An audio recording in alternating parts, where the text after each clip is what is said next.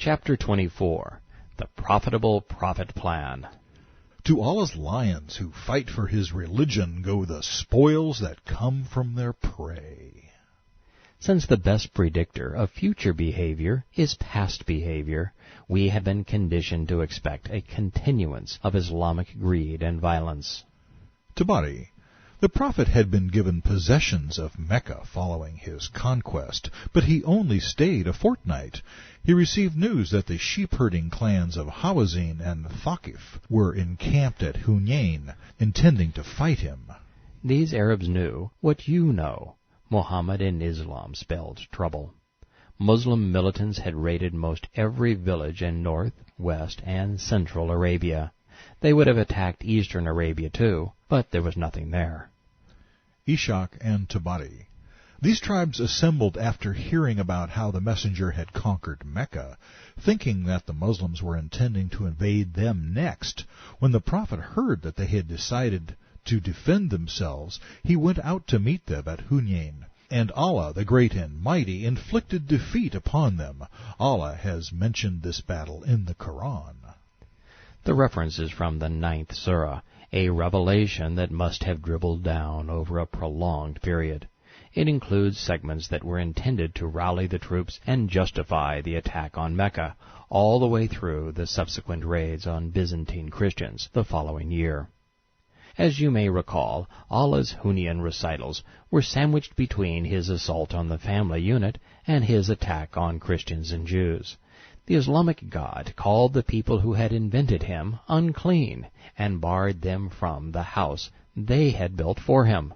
Regarding the battle, he cried, in Quran 9, verse 25, Assuredly Allah gave you victory on many battlefields, and on the day of Hunayn, behold, your great numbers elated you, but they availed you not, and you turned back in retreat. But Allah did pour his Sakina on the messenger and believers, and sent down forces which you saw not. These would be Allah's angels. He punished the infidels. Such is their reward. Allah was as eager to take credit for the savagery of his followers as Muhammad was to make his butchery appear godly. It was a symbiotic relationship. The Arabs, who had not yet been infected by Islam, weren't adept fighters. Ishaq. When Malik, the Hazawan chief, decided to fight the apostle, he had his women, children, and cattle accompany the men. He explained that by bringing them, the men would have to fight to defend them. There are some interesting sidebars here. First, Malik, whom the Muslims describe as the chief sheep-tender, sent out spies to obtain intelligence, but they came back with their joints dislocated. When he asked what had happened, they said, We saw white men on black horses. Before we could resist, we were struck as you see us now. Tying men's arms behind their backs and hanging them from meat hooks so as to dislocate their shoulders is still a preferred form of Islamic torture. Second, Muhammad also sent out spies, mingled amongst the crowds, gathering information, much like they do in Europe and America today. Ishaq. When the spies learned Malik's plans, they returned and informed the Prophet. Muhammad in turn informed Umar, the second caliph, who called the Prophet a liar. Horrified, the Islamic spy said, Umar, you may accuse me of lying, but you have denied the truth for a long time. The fact that Umar became caliph proves you don't have to believe Islam to benefit from it. Muslim leaders play their subjects like a maestro conducts an orchestra, or more correctly, like a Khan plays his mark.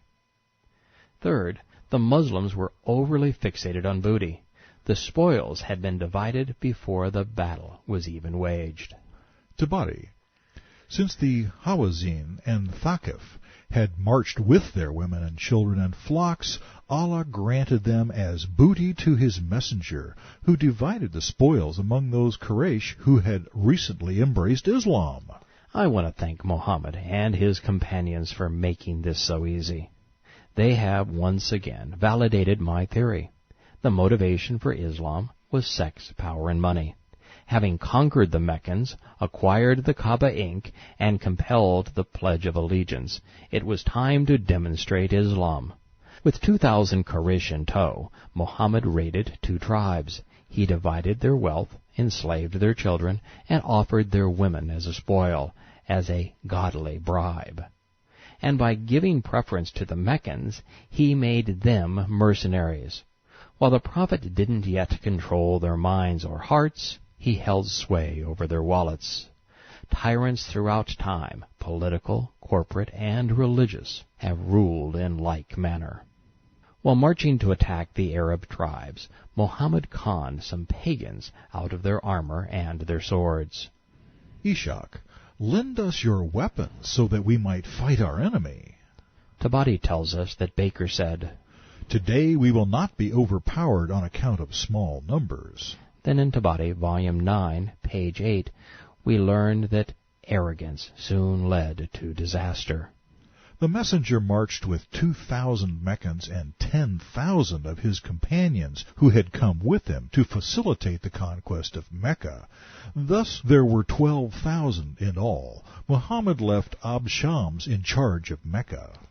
Muhammad liberated Mecca the same way Stalin liberated Eastern Europe. As they marched towards their prey, the great Sulami said, In Ishak, this year the ghoul has smitten people in the midst of their tents, as the ghoul has many forms. All wild ass is inedible. The Hawazin tribe is diseased, so I think that Allah's apostle will attack them in the morning.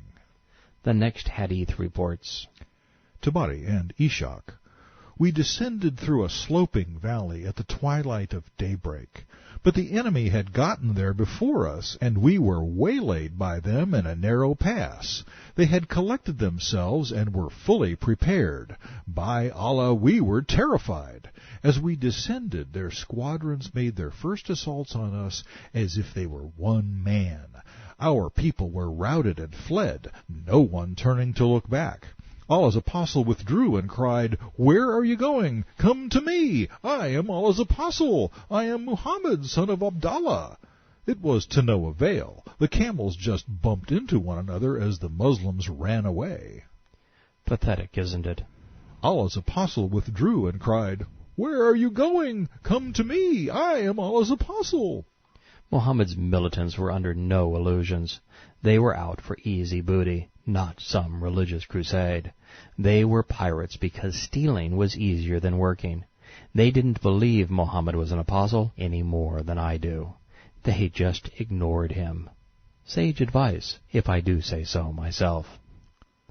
It got so bad, Tabari reports, when the polytheists overwhelmed the Muslims, the Prophet got off his mount and started reciting verses in the Rajaz meter. I am the Prophet, it is no lie. I am the son of Abd Muttalib. The first line was pathetic. The second was a confession. Abd Muttalib had been the last in Qusay's line to control all aspects of the Kaaba ink. Muhammad was using the scam to establish his authority. Next we learned that the previous prophet's command to love your neighbor as yourself didn't apply to this peculiar order of religious stalwarts.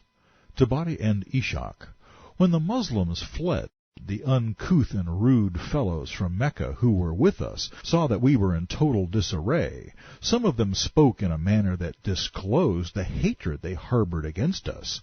Abu Sufyan, the Meccan chief turned Muslim warrior, had divining arrows with him, but another Muslim said, Sorcery is useless today. Sufyan replied, Shut up! May Allah smash your mouth. This episode is alarming. First, we discover the gambling game of divining arrows that had saved Abd Allah, Muhammad's father, was satanic. Second, witchcraft was routinely practiced around the Kaaba. And third, these Meccan Muslims who had lived next to the Black Stone for decades knew that Allah was useless. So now they feared that things were so bad that the almighty Satan couldn't even rescue them. Well, things continued to spiral out of control. Tabari and Ishak. When Muhammad saw his men confused and in disarray, he repeated, Where are you going, men? But not even one of them paid heed to his cries, so he went up to the biggest man with the strongest voice and had him shout to rally the troops. The first Muslims were confused. Neither they nor their prophet knew where they were going. Ultimately, fewer than 1% of the 12,000 fighters responded to the prophet's plea. Ishak. Finally 100 were gathered around the prophet. They confronted the enemy and fought. Their battle cries weren't for Muhammad, Allah, or even for Islam. The first cry was, "Help the Ansar!" and then, "For the Khazraj!" Looking down at the melee as they were fighting, the prophet said, "Now the oven is hot." According to Islamic tradition, which, as we know, is a precisely accurate and unbiased account, the narrator intoned with tongue firmly planted in his cheek. Tabari. Ali came upon them from behind, hamstrung their camels, and they fell on their rumps.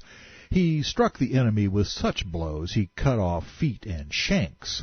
The men fought, and by Allah, when those Muslims who had run away returned, they found only prisoners already handcuffed with the apostle. That means that a force fierce enough to make 12,000 men flee was conquered, bound, and slain by 100. Ishak. The messenger returned to Abu Sufyan, who stood fast fighting that day. He had become an excellent Muslim after embracing Islam. That means it doesn't take much Islam to turn men violent. But it's worse than that. An hour earlier, this excellent Muslim was practicing sorcery. Tabari. Muhammad turned to see a pregnant woman, who said, "O messenger, kill those Muslims who flee from you, as you kill those who fight you, for they deserve death. Here is my dagger. If any come near me, I will rip them up and slit open their belly with it." She had listened to the Quran recitals and knew that Allah hated peaceful Muslims who retreated in battle. But Allah loves a good thief. Abu Talha took the spoils of 20 men whom he had killed. This is such a charming religion. And we know it's a religion because there are killer angels. If Islam were a political doctrine, they would be murderous comrades. Tabari and Ishak. While the men were still fighting, I saw a black striped garment descending from the sky until it dropped between us and the enemy. I gazed, and lo, it was a mass of black ants strewn everywhere, which filled the valley. I had no doubt that they were angels, and that the enemy would be routed. And that would make either Allah or Muhammad a liar. For Allah said, "He sent down forces which you saw not." One of Muhammad's marauders boasted about how blood and booty had motivated the first Muslims. Ishak. I went up to a man and struck off his hand, and he throttled me with the other. He would have killed me if the loss of blood had not weakened him. He fell, and I killed him as soon as he was down, but I was too occupied with fighting to pay any more attention to him. So one of the Muslim Meccans passed by and stripped him. Then, when the fighting was over and we had finished with the enemy, the apostle said that anyone who had killed a foe could have his spoil. I told the apostle that I had killed a man who was worth stripping, but I had been too busy killing others at the time to notice who had spoiled him. So Abu Bakr scolded the Muslim who had wrongly stolen the mutilated man's clothes. To Allah's lions who fight for his religion go the spoils that come from their prey. Return the booty to the man who killed him. The apostle confirmed Abu Bakr's words, so I was given the property of the man whom I had killed. I sold it and bought a small palm grove with the money. It was the first property I ever owned. Sometimes I don't know if I should scream or just give up. The degree to which Islam's poison corrupts men is hard to fathom. Saving mankind from this religion will not be easy. Old hatreds die hard. Ishak. When the apostle learned that one of the Meccans had died in battle, he said, "Allah curse him." He used to hate the Quraysh. All the while, Tabari. One of the Ansari who was plundering the slain came upon a Thaqif boy. He discovered that he was an uncircumcised Christian. He uncovered others and then yelled out at the top of his voice, "Allah knows that the Thaqif are uncircumcised." Muslims had now killed and robbed their first Christians. This wouldn't be Islam without a sonnet to commemorate the great occasion. Ishaq, Muhammad is the man, an apostle of my Lord, who errs not, neither does he sin. Any who would rival him in goodness must fail. Evil was the state of our enemies, so they lost the day. Fortunes change, and we came upon them like lions from the thickets. The armies of Allah came openly, flying at them in rage, so they could not get away. We destroyed them and forced them to surrender. In the former days there was no battle like this. Their blood flowed freely. We slew them and left them in the dust. Those who escaped were choked with terror. A multitude of them were slain. This is Allah's war, in which those who do not accept Islam will have no helper. War destroyed the tribe, and fate the clan. With each word, Islam grew more violent and even more repulsive. Muhammad's disciples said that their warlord errs not, neither does he sin. That none could rival him in goodness. Deceit, sin, and evil have been redefined. It isn't a sin to fight, kill, terrorize, bear false witness, covet, or steal. And that's why the Quran and Hadith boast about such things.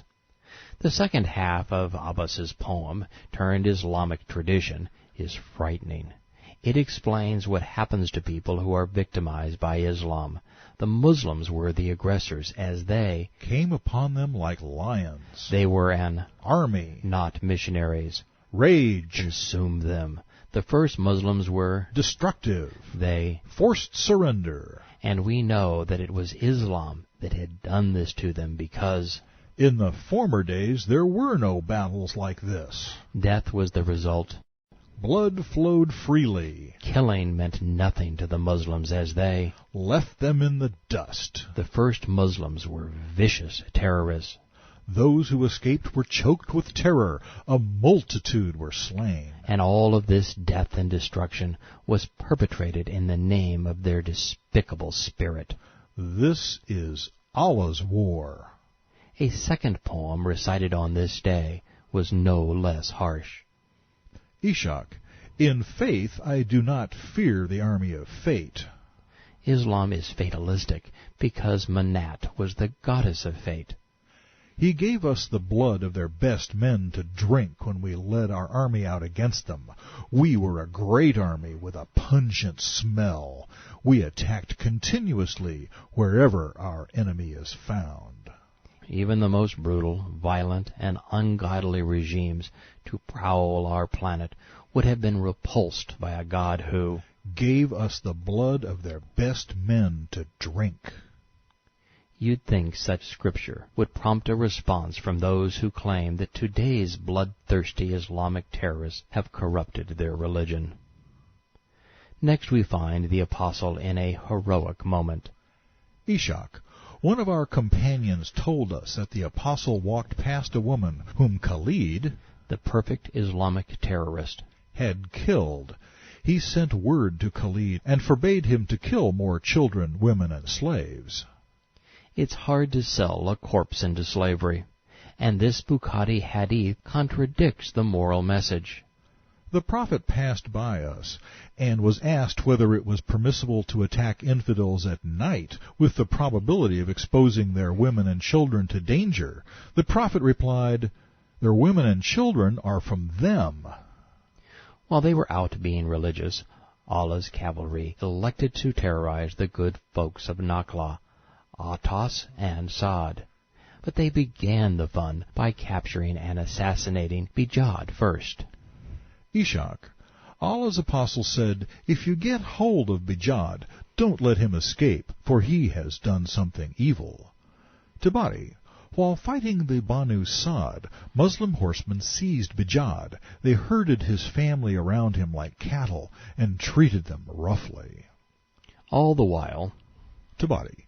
The captives of Hunain, along with their possessions, were brought to the messenger. He ordered that their captives, animals, and their possessions be taken to Jirana and held there in custody. to commemorate their captivity, a Muslim gloated. Ishak. Allah and His servants overwhelmed every coward. Allah honored us and made our religion victorious. We were glorified in the worship of the compassionate God who destroyed them all. He humiliated them in the worship of Satan. By what our apostle recites from the book and by our swift horses, I liked the punishment the infidels received. Killing them was sweeter than drink.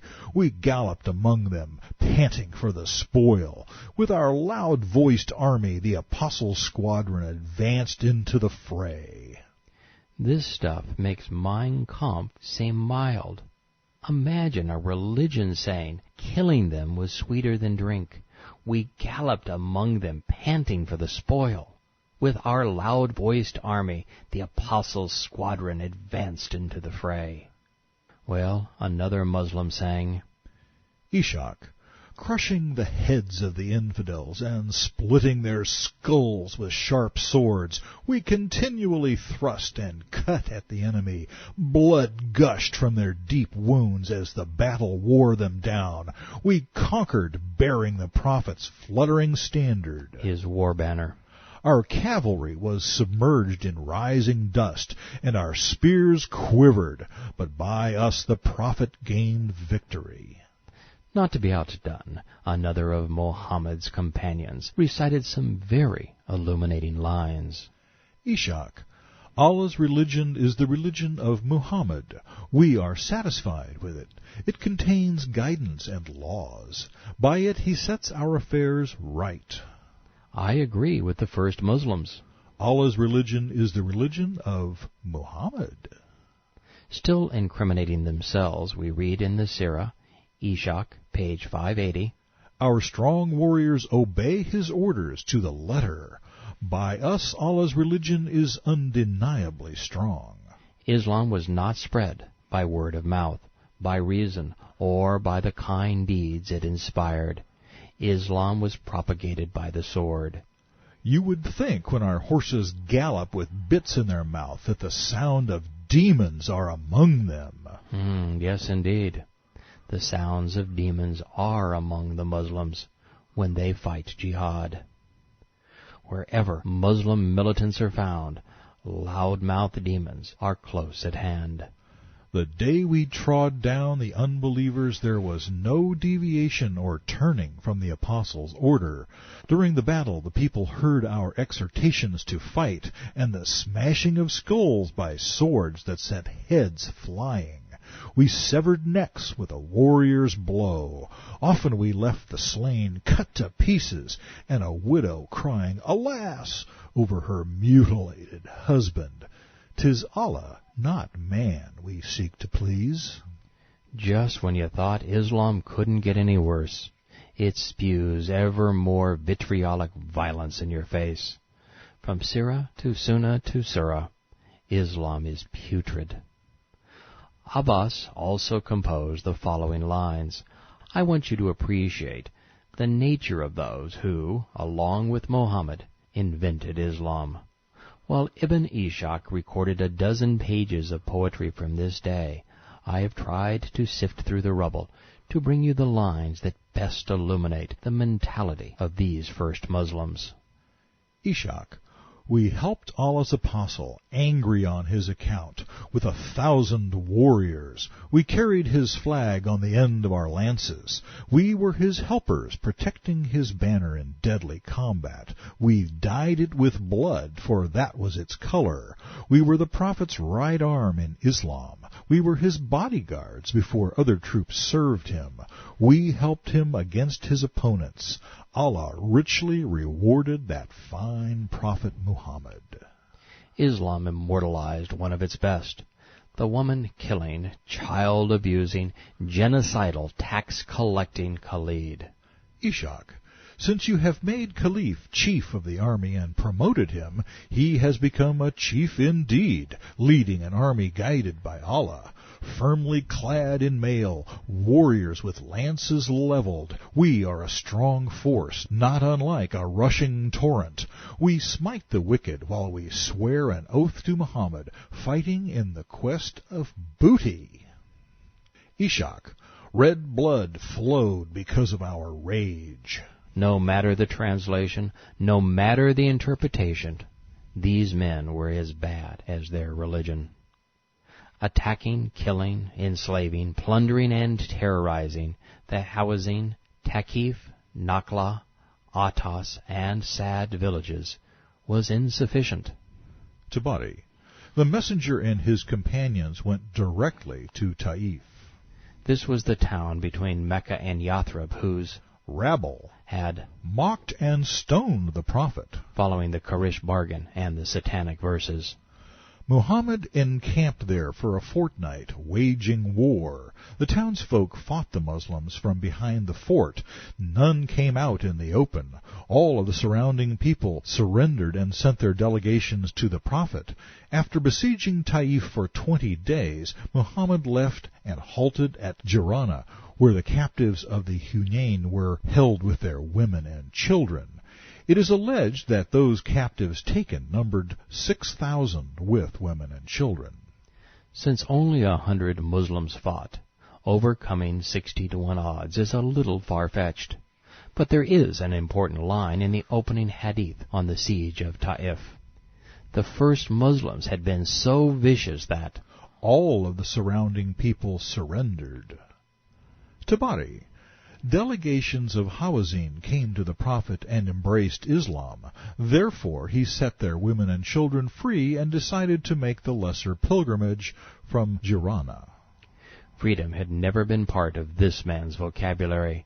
Embracing Islam was tantamount to surrender, bowing in submission to Muhammad's authority and will. So what's up? Simple economics, actually. There were only 4 towns within walking distance with enough money to buy slaves: Mecca, Yathrib, Kabar, and Taif. 1 had been invaded, 2 conquered, and the 4th was undergoing siege. There simply wasn't a market. Slaves need to be sheltered, fed, and watered. They are a liability to a profiteer who has no means to trade them for money. Released of his burden, the prophet refocused his rage on Taif. After all, this had been the town whose leaders had once said, "If God needed a messenger, he would have chosen somebody better than you." The hadith reports, Tabari. Muhammad ordered that Taif's walled gardens should be torn down and destroyed. 10 years later, our boy was still hot under the collar. But his grudge match was little more than an irritant. Ishak. The Muslims were unable to get through the city wall, for the inhabitants had shut the gate. This was as lame as the Meccans being stumped by the trench surrounding Medina. Tabari. The prophet continued to besiege the town, fighting them bitterly.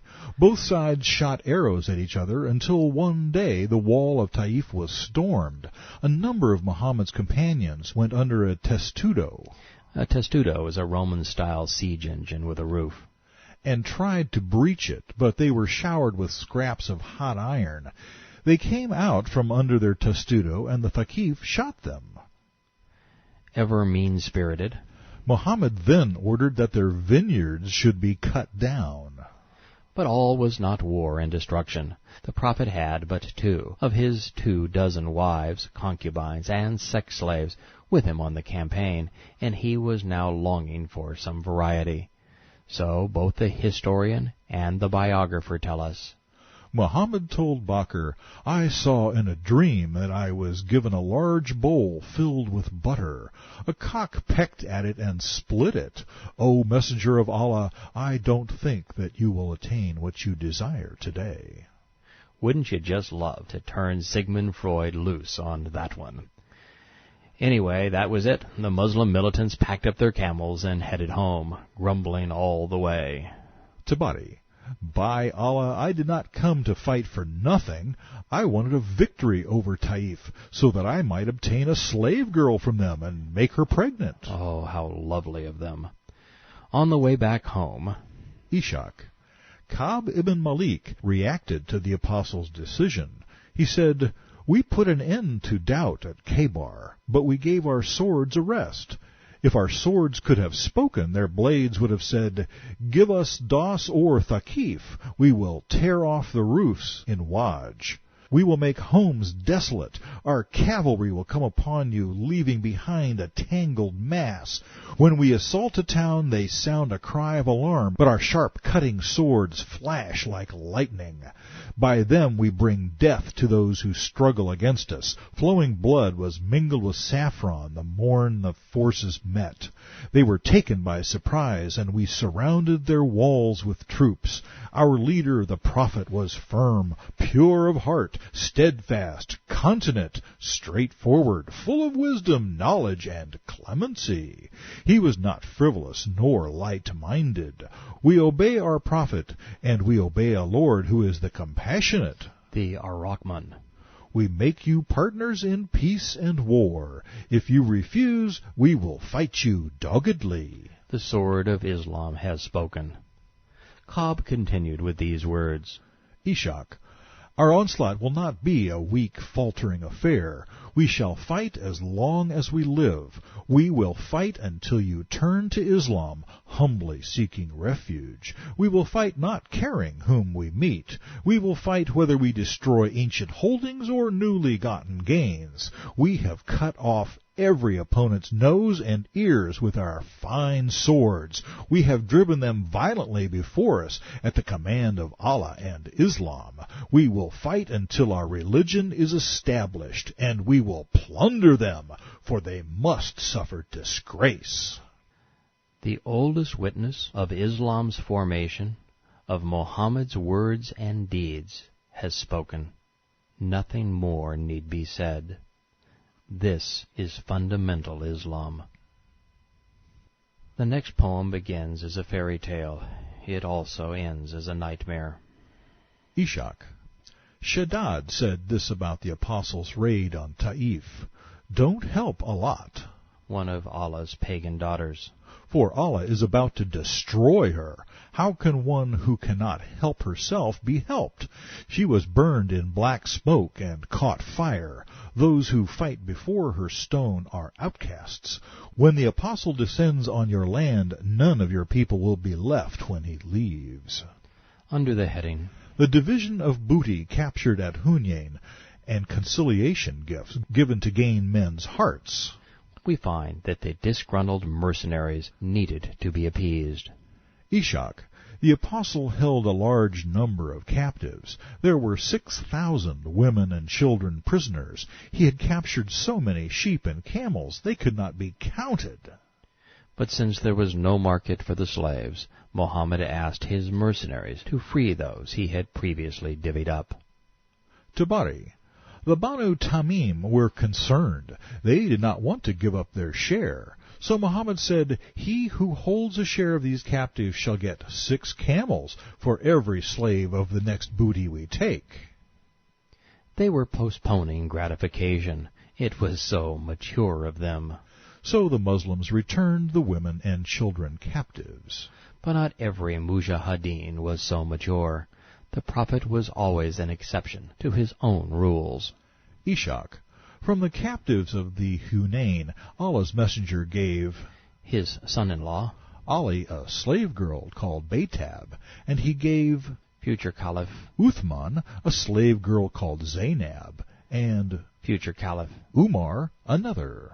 As the brain trust of Islam, these fellows knew that there were no babes in paradise, so they got all the fornication they could handle right here on earth. Umar palmed off his prize on his son Abdallah, who scurried off to the Kaaba to pay tribute to the idol for whom he had been named. He said, "I will take her when I return." But alas, the Islamic dictator said, "Let her go, for her mouth is cold, her breasts are flat. You did not take her as a virgin in her prime, or even full-figured in her middle age." Even religious rapists have their standards. Still bickering, the Muslims who had followed the Prophet into battle yelled, In Tabari and Ishak. Muhammad, divide the spoil and booty of camels and cattle among us. They forced the Prophet up against a tree, and his robe was torn from him. Muhammad cried, Give me back my robe. If there had been more sheep, I would have given you some. You have not found me to be niggardly, cowardly, or false. Oh, yes, they had, which is why they had so little regard for him. We were just told, in Tabari, he had captured so many sheep and camels they could not be counted.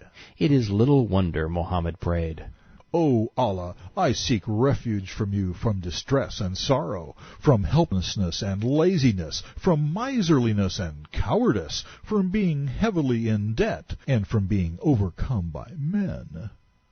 Let's think about this for a moment. Muhammad had led 12,000 armed militants against a tribe of sheep herders.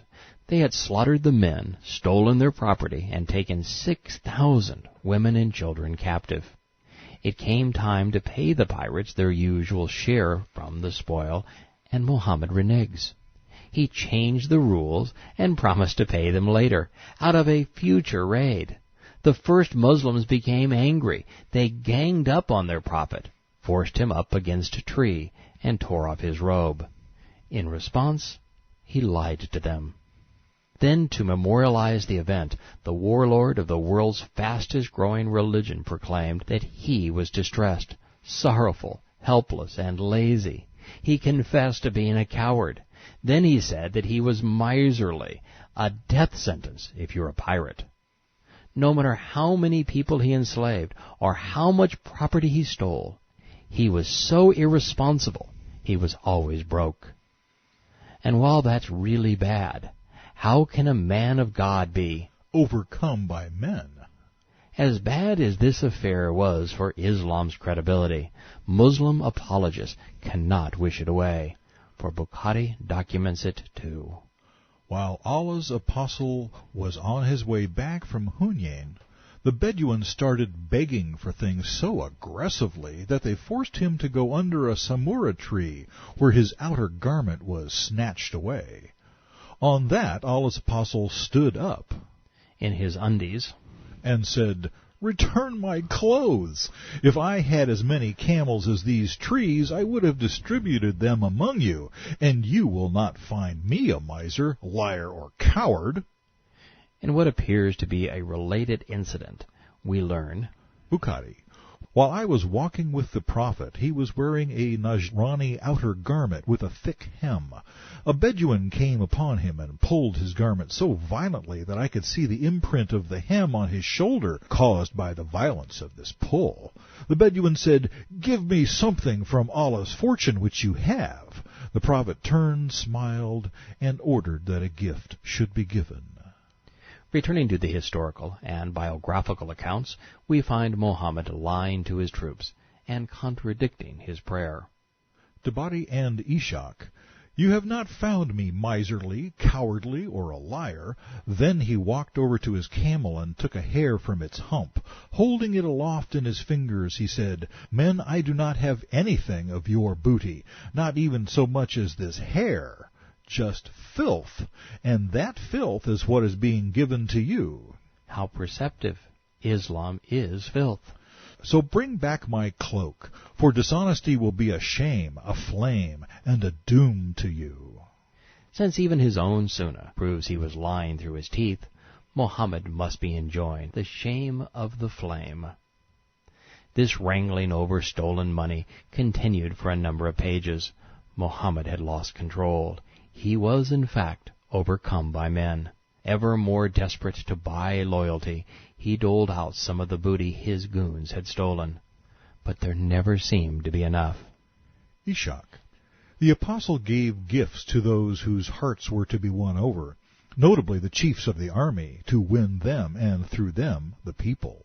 Point, game, set, match. That about wraps it up. Muhammad used stolen property to bribe men. He, like every tyrant who has ever lived, began by greasing the palms of his generals. With a military leadership sufficiently corrupted and induced, there was nothing the people could do. Their fate was sealed, and little has changed in 1,400 years. As an interesting aside, the first and largest bribe listed was paid to the former Meccan chief, occultist, and excellent Muslim, Abu Sufyan. But that didn't keep the troops from grumbling. The first Muslims weren't very happy with their warlord. Tabari and Ishak. Kuasira came and stood by the prophet as he was giving gifts to the people and said, "Muhammad, I have seen what you have done today." "Well, what did you see?" he said. "I don't think you have been fair." Allah's messenger became angry. "Woe to you! If justice is not to be found with me, then with whom is it to be found?" Might I suggest any of 10 billion other choices? Umar, who got his sex toy, said, "Muhammad, allow me to kill him." Ishak, the apostle said, "Get him away from me and cut off his tongue." Bukhari reported the naked truth about the nature of fundamental Islam. Allah's apostle got property and war prisoners and gave them to some people to the exclusion of others. The latter seemed to be displeased by that. The prophet said, "I give to some people lest they should deviate from Islam or lose patience." Amr bin Taglib said, "The statement of Allah's apostle is dearer to me than red camels." Bukhari, the prophet said, "I give to the Quraysh so that they will desire Islam, for they are nearer to their life of ignorance, and it is not strong in their hearts." The term the Mafia uses to describe this situation is made. A made man is someone who has participated in a criminal act like kidnap for ransom or murder for money. Made men continue to embrace the organization to keep the money coming and to keep from being incarcerated for their crime. Another Bukhari hadith confirms that the first Muslims were nothing more than bloodthirsty pirates. It also demonstrates that there was no appreciable difference between the hadiths collected by Ishaq, Tabari, or Bukhari. Bukhari, when Allah favored His apostle with the properties of the Hazawin tribe as fai booty, He started giving to some of the Meccan men up to 100 camels each, whereupon some Ansari said, "May Allah forgive His apostle. He is giving to the Quraysh and leaving us out, in spite of the fact that our swords are still dripping with the blood of the infidels." When Muhammad was informed of what they had said, he called for the Ansar and gathered them in a leather tent. "What is the statement which I have been informed, that which you have said?" He meant, "What did you say?" The smart ones replied, "O Allah's apostle, the wise ones did not say anything, but the youngsters said, 'May Allah forgive His apostle. He enriches the Quraysh and leaves the Ansar poor, in spite of the fact that the Ansar swords are still dripping with the blood of the infidels.'" The prophet replied, "I give them more because they are still close to the period of infidelity and have just recently embraced Islam. You should be pleased to see them becoming rich." And the Ansar replied, "Yes, O Allah's apostle, we are satisfied." The moral of the story is, you have to bribe men to make them Muslims, and then threaten them to keep them that way. Bukhari, the prophet said, "Every betrayer will have a flag which will be fixed to him and displayed on the day of doom. This flag will show the betrayal he committed." In other words, mess with me, and you'll go to hell. This was an unpleasant time for Muhammad. He had bribed men to rob and plunder Arabs and Jews, but now the cupboard was bare.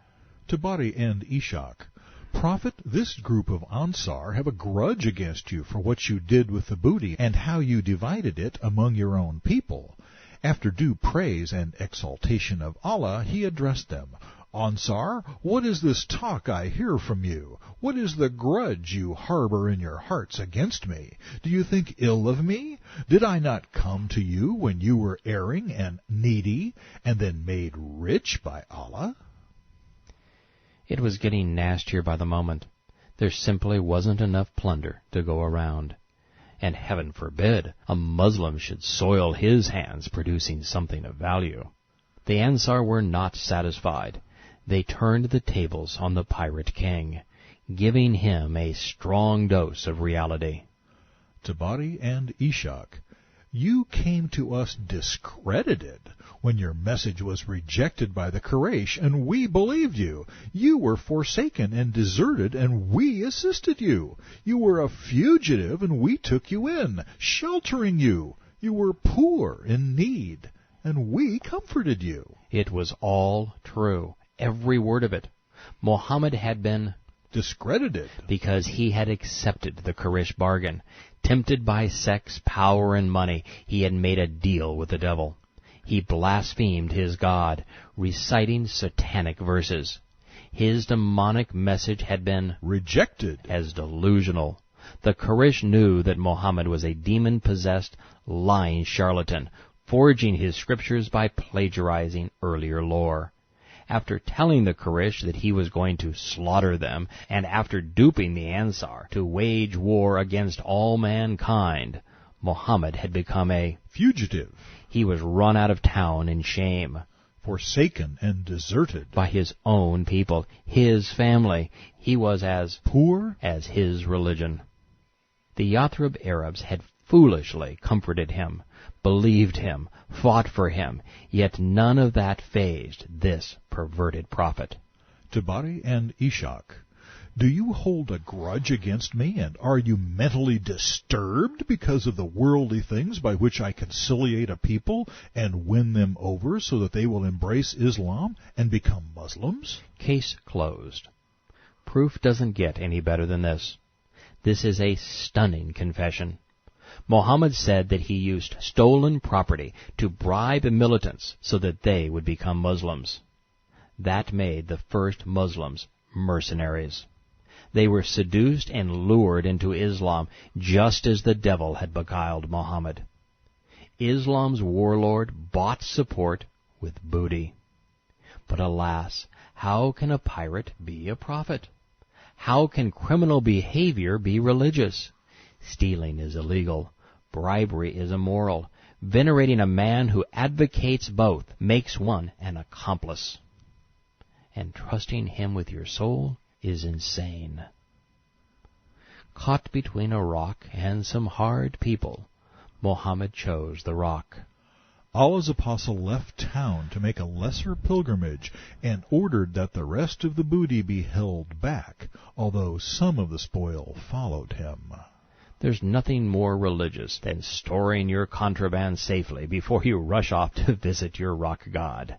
Then, confirming the new religion was regurgitated paganism, the Sirah reveals, Eshach, the people made the pilgrimage that year in the way the pagan Arabs used to do it. Listen to that again. This confirms that Islam was nothing but regurgitated paganism. Sirah, page 597. The people made the pilgrimage that year in the way the pagan Arabs used to do it. With that two-line religious interlude over, it was time to return the focus to money. Now that Muhammad had admitted to being a lying miser without enough booty to go around, what do you suppose he did? He had already robbed everyone within camel ride, so more piracy wasn't going to work.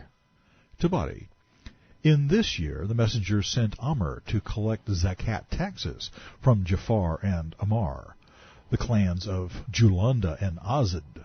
And he collected the jizya from the Zoroastrians, an occult religion derived from Babylonian paganism. He taxed them all. It was Muhammad's version of the New Deal. Tabari, in the same year the 60-year-old prophet married Kilabiyah. When she was given the choice between this world and the hereafter, she preferred this world. That means she rejected Islam. What's more, this hadith confirms Muhammad ignored the Quran's order not to befriend disbelievers. The tradition goes on to report, Maria, a Copt child virgin, sent as a gift and then turned into a concubine, gave birth to Ibrahim. The messenger entrusted the infant to Maria told Salma, a bondmaid, thus a sex slave. Of the messenger, the good news. She told a Muslim who shared it with Muhammad, who in turn gave him a slave as a gift. When Maria gave birth to her son, the prophet's wives became jealous.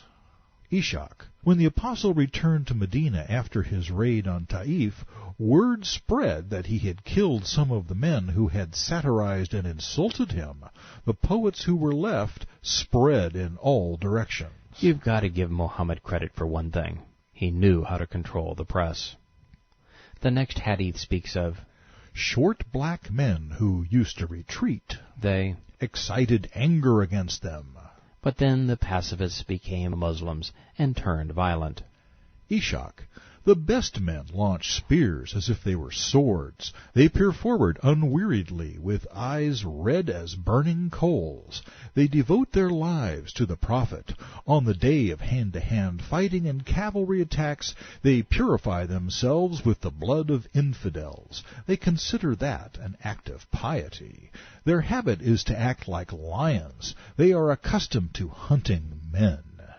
Good Muslims purify themselves with the blood of infidels. They are accustomed to hunting men. You don't suppose that this is what the dark spirit of Islam meant when he said, Allah is the best baptizer. With this, the curtain came down most blessedly on the 8th year of the Islamic era. We are 20 years into this scam, and it remains as ugly as its first night, the one in which Muhammad first encountered his demon.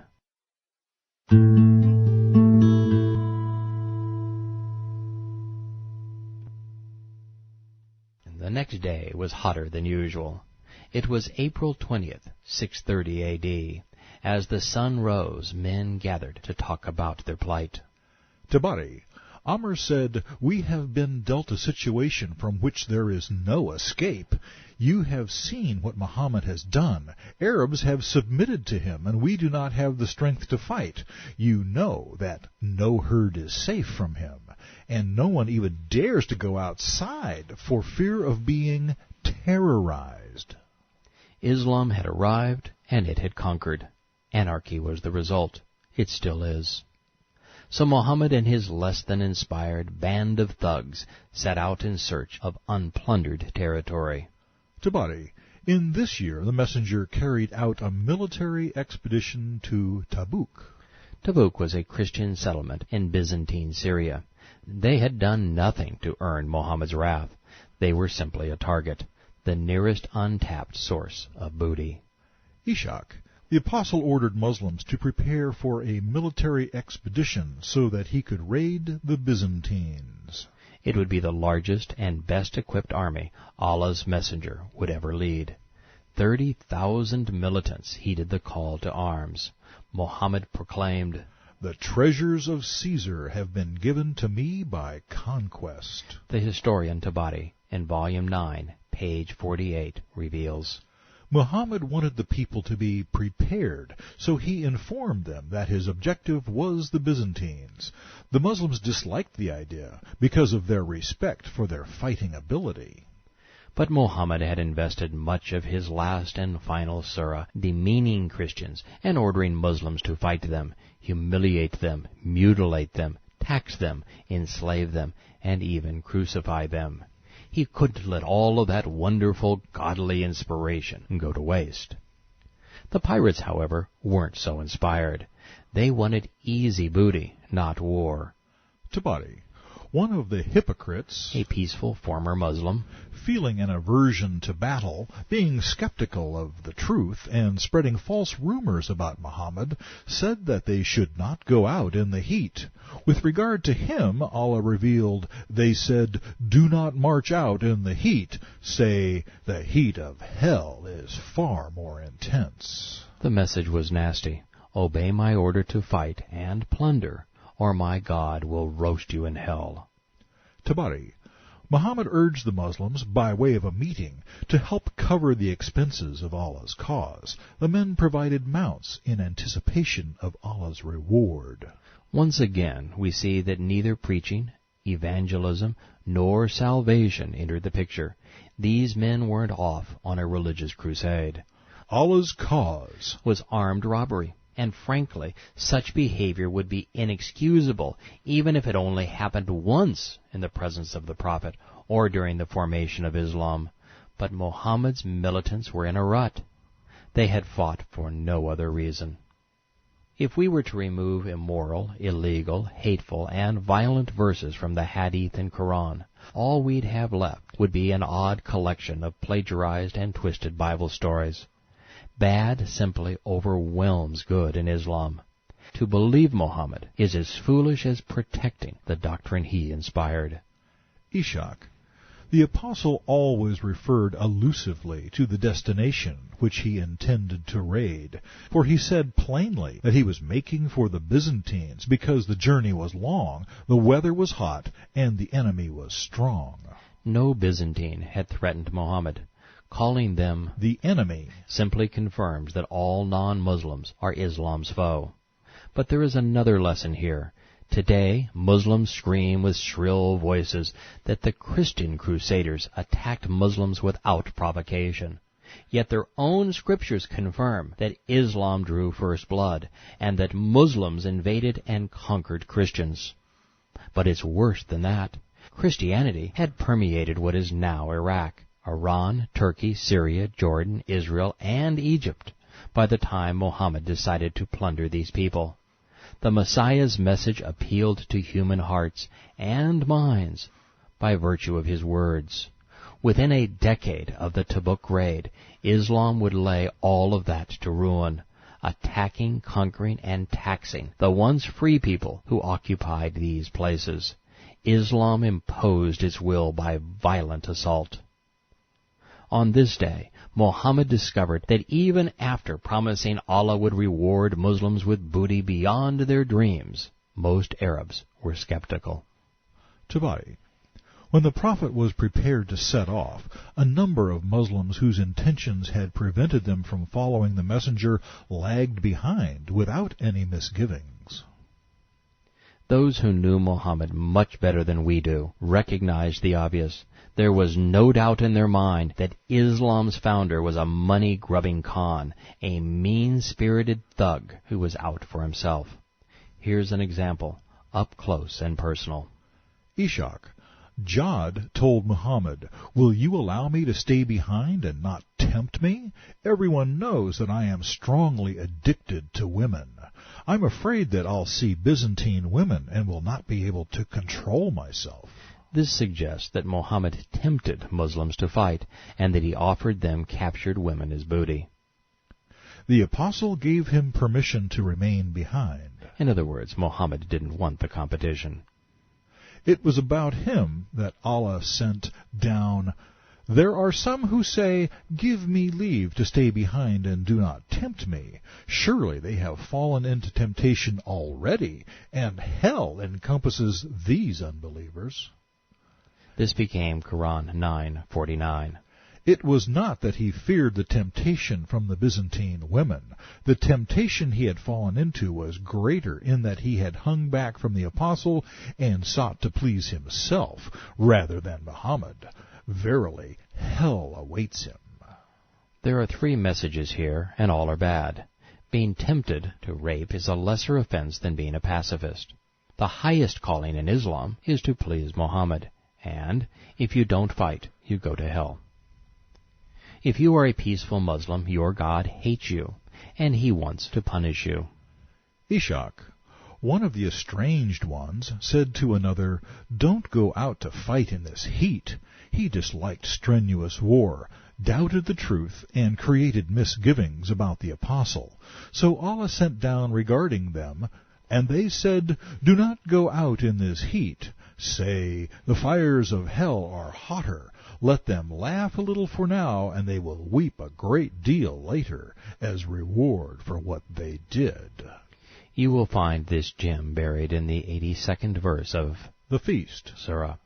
A related hadith says, Ishaq. Some Bedouins came to apologize for not going into battle, but Allah would not accept their excuses. Ishaq. The apostle went forward energetically with his preparations and ordered the men to get ready with all speed. He urged Muslims to help provide the money, mounts, and means to do Allah's work. Those who contributed earned rewards with Allah. This is why Islamic despots like the Saudi warlords fund terrorism. But those who have tried to cash in their reward aren't happy with the deal they've struck. Like all pirates, Muhammad had to constantly watch his backside. Tabari.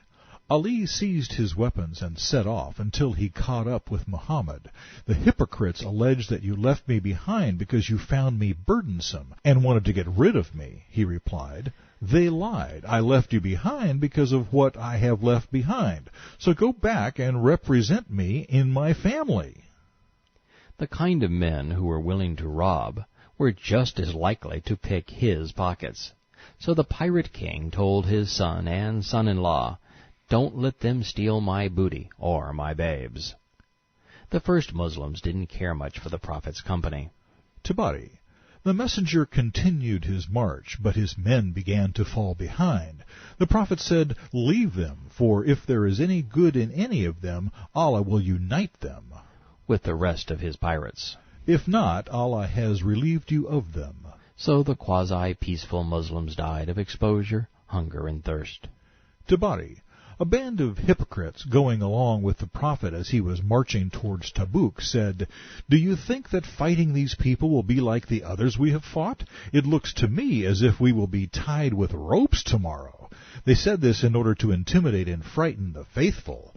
But then they said, "Every one of us would rather be flogged 100 lashes to escape Allah revealing a verse about us and what we have said."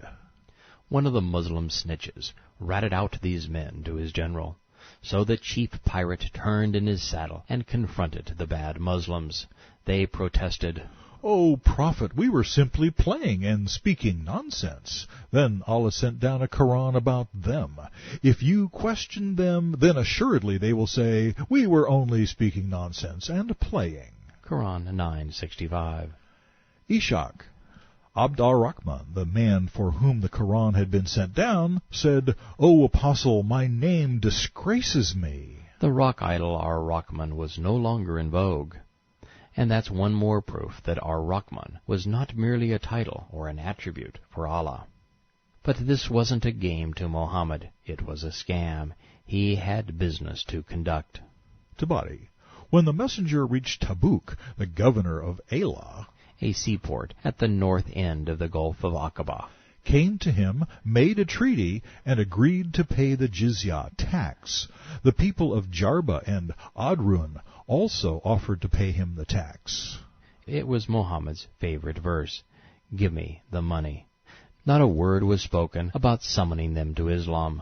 Muhammad wasn't out with his troops being religious. He didn't bother calling the lost heathens to faith. He just wanted their money. This man wasn't a prophet. He was a pirate. His scam had become what Khadijah envisioned, the profitable prophet plan. The Kaaba ink was now paying dividends. As an interesting aside, the place where Muhammad now found himself was in the shadows of the real Mount Horeb, the mountain in which Moses had received the Torah. And yet Muhammad was oblivious. This prophet summoned additional village leaders to make their contributions. Some, according to Tabari and Ishaq, encountered the messenger's cavalry, which was led by Khalid. Uqadir was seized, and his brother Hassan was killed. Hassan was wearing a silk brocade gown woven with gold in the form of palm trees. Khalid stripped him of it and sent it to Muhammad. When it arrived, the Muslims felt it with their hands, admiring it. They felt no remorse for the man whose blood they had spilled upon it. They were fundamentalist Muslims, and Islam had corrupted them with words like these. The Prophet said, "Are you amazed at it? The kerchiefs in paradise are better than this." He, like Hitler, was incapable of pity. Later, Khalid brought Uqadir to Muhammad. He spared his life and made peace with him on condition that he pay the zakat tax. Mission accomplished. They left Tabuk and returned to Medina. Tabari. On the way, Muhammad ordered that whoever got to the well before him should not drink until he arrived. Some of the hypocrites arrived and drew water. The Prophet cursed them and invoked Allah's curse on them. Nurturing the flock wasn't part of his job description.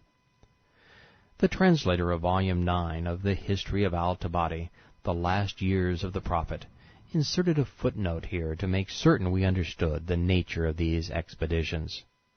Quote, the term Syria is applied to an army sent out by the Prophet in contradistinction to Ghazwa or Maghazi, meaning a raiding party wherein the Prophet himself participates.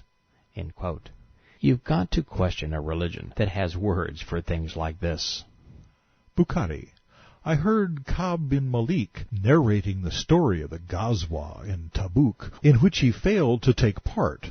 Ka'b said, I did not abandon Allah's apostle in any Ghazwa he fought, except the Tabuk raid. I failed to take part in the Ghazwa of Badr, but Allah did not admonish anyone who had not participated in it, for in fact Allah's apostle had only gone out in search of the Quraysh caravan. I witnessed the night of Al-Aqaba with Allah's apostle when we pledged to war against all mankind for Islam, and I would not exchange it for the Badr battle, although Badr is more popular among Muslims than the pledge. As for my news in this battle of Tabuk, I had never been stronger or wealthier than I was when I was with the Prophet in Ghazwas. This is a wonderful summation of Islam. The Bukhari tradition continues with, When I heard that the Prophet was on his way back to Medina, I got concerned and began to think of false excuses, saying to myself, how can I avoid his anger? Those who had failed to join the Battle of Tabuk came and started offering excuses. There were more than 80 men from whom Allah's apostle accepted excuses. Then he took their pledge of allegiance. When I came, he smiled a smile of an angry person, and then said, what stopped you from joining us? Had you not purchased an animal for carrying you? I answered, yes, but... The Prophet and his militants treated Ka'b like a pariah, banishing him from the community. They said of the twice peaceful Muslim, we never witnessed you sinning like this before. Then, Allah's apostle forbade all Muslims from talking to him. Ka'b said, I used to go out and pray with the Muslims and roam the markets, but no one would talk to me. This harsh attitude of the people lasted for a long time. Even my cousin, who was the dearest person to me, did not return my greetings. Thereupon my eyes flowed with tears. It's no fun being a peaceful Muslim. Muhammad and his militants make Osama bin Laden's Al-Qaeda gang look like Boy Scouts. Tabari. Hatim said, Adi, whatever you were going to do before Muhammad's cavalry descended upon us, do it now, for I have seen the banners of his army. When the Islamic cavalry left the settlement, they took Hatim's daughter along with other captives. She was brought to the messenger with slaves from Ta'i. He put her in an enclosure by the door of his mosque, where the captives were detained. The mosque was now a prison, a symbol of Muhammad's power and control, not of his religion or faith. This woman was a rape victim in waiting. Sounding a lot like a Nazi propagandist, Hitler's Goebbels perhaps, a fundamentalist Muslim laid out Islam's agenda. Tabari. Arabs are the most noble people in lineage, the most prominent, the best in deeds. We were the first to respond to the Prophet's call. We are Allah's helpers and the viziers of his messenger. We fight people until they believe in Allah. He who believes in Allah and his messenger has protected his life and possessions from us. As for those who disbelieve, we will fight them forever in the cause of Allah, and killing them is a small matter to us. Peace be unto you. These are terrifying words, words that should be shouted from every political rostrum, from every pulpit, and into every microphone. This man had not corrupted Islam. Islam had corrupted him. Any doctrine that, when properly implemented, inspires such loathing, looting, and lunacy cannot be tolerated. until Islam is held responsible for the carnage it inspires, terror will continue the world over. Killing is a small matter to them. Tabari dictates another 9 pages to the 9th year of the Islamic era. They focus on a single theme: money. Tabari. Indeed, Allah has guided you with His guidance. If you do well, capture booty, obey Allah and His Messenger. You must perform the prayers, pay the zakat tax, and give a 5th share of Allah's booty to His Messenger. The required zakat is, from the land 1/10 of that watered by springs and rain, 1/20 of that watered by the leathern bucket. From camels, a milch camel for every 40 camels, a young male camel for every 30 camels. From sheep, 1 of every 5 camels, and from cows 1 from every 4th. If anyone pays more, it is to his credit. He who professes this bears witness to his Islam and helps the faithful fight against the polytheists. He has the protection of Allah and His Messenger. It was the Prophet's pay me now and pay me later plan. Muhammad used terrorism to confiscate property. Then he used Islam to force his victims into submission so that he could tax them. The zakat continues to be an asset-based tax of 5 to 10% imposed annually on Muslims. In addition, they are required to give up 1/5 of any booty they steal in the name of Islam. Bonus points are awarded for additional contributions to the ongoing war effort, Islamic imperialism. So long as Muslims pay, they have nothing to fear. If they don't, everything is confiscated, and the niggardly Muslim is exterminated. Lenin, Mao, and Hitler imposed a similar regimen. Now that Muhammad has fleeced his flock, it was time to plunder the infidels. Tabari. He who holds fast to his religion, Judaism or Christianity, is not to be tempted from it. Now why do you think that might be? Since Muhammad and his God have said that Christian and Jewish unbelievers are the faggots of Allah's hellfire, why not tempt them from their torturous fate? What could be more important to a prophet, than souls? It is incumbent upon them to pay the jizya, protection tax. For every adult, male or female, free or slave, 1 full denarius. Over 4 grams of gold. Or its value in fine cloth. He who pays that to the messenger has the protection of Allah and His Messenger, and he who holds back from it is the enemy of Allah and His Messenger.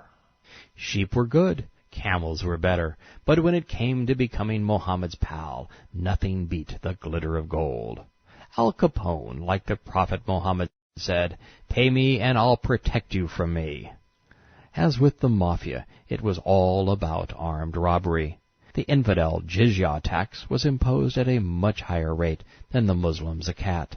Muhammad didn't want non-Muslims tempted because it would lower his income. In the choice between religion and revenue, Muhammad had chosen money. During debates with Islamic clerics, I often point out that Muslims were only tolerant because the jizya was more lucrative than the zakat. Well, they don't dispute that, as it would make their prophet and God liars as opposed to being pirates. They protest that the infidel tax was for their protection. Protection from whom, I ask, without response. Yet they know that the protection was from the sword of Islam, as the preceding hadith confirms. The rules of the game were straightforward. He who holds back from paying is the enemy of Allah and His Messenger. If Christians and Jews copped up the jizya, they got to keep their heads. It was tolerance, Islam style. Before we press on, I'd like to highlight Muhammad's choice of words. Jews and Christians, unlike Muslims, weren't to be tempted. By selecting this word, the Prophet corroborated my theory. Muslims were seduced into Islam with the same temptations that ensnared Muhammad: sex, power, and money. Tabari. The messenger has sent Zurah and his companions to you. I commend them to your care. Collect the zakat and jizya from your districts, and hand the money over to my messengers. The prophet is the master of your rich and your poor. Muhammad's use of messengers was in perfect harmony with the profitable prophet plan. His view of himself as master is corroboration of his unquenchable lust for power, and this message repudiates his claim of being a biblical prophet in the line of Moses. Real prophets were neither tax collectors nor masters. Muhammad said, in Tabari, Malik has reported to me that you were the first from Himyar to embrace Islam, and that you have killed infidels, so rejoice at your good fortune. Embrace Islam, kill, then rejoice. It's the quid pro quo of Muslim militancy. It is the reason the Muslim world celebrates death and honors murderers. But Islam wasn't all money-grubbing, power-coveting, murderous terror. It was about discrimination, too. Tabari, no polytheist shall come near the holy mosque, and no one shall circumambulate Allah's house naked. Never mind that the pagans built the Kaaba, that it was a shrine for polytheists, or that each of the pagan rites and rituals they observed were incorporated into Islam. Polytheists were no longer welcome under the big tent of the new and improved religion. Tabari, in this year the zakat was made obligatory, and the messenger dispatched his agents to collect it. The verse was revealed, take the zakat tax from their wealth to purify them. Allah was always ready with the perfect scripture revelation for whatever his prophet craved. It's hard to find a God like that. It's also hard to imagine a dogma so transparent it calls stealing purification. The Pelagius doctrine of submission laid down the law. On April 8, 631 A.D., Dimon, in the prophet's presence, prioritized Tabari, the obligatory acts of Islam one by one, the zakat tax, fasting, pilgrimage, and all the sunnah or laws of the prophet. Money was number one, and acknowledging Allah didn't even make the list.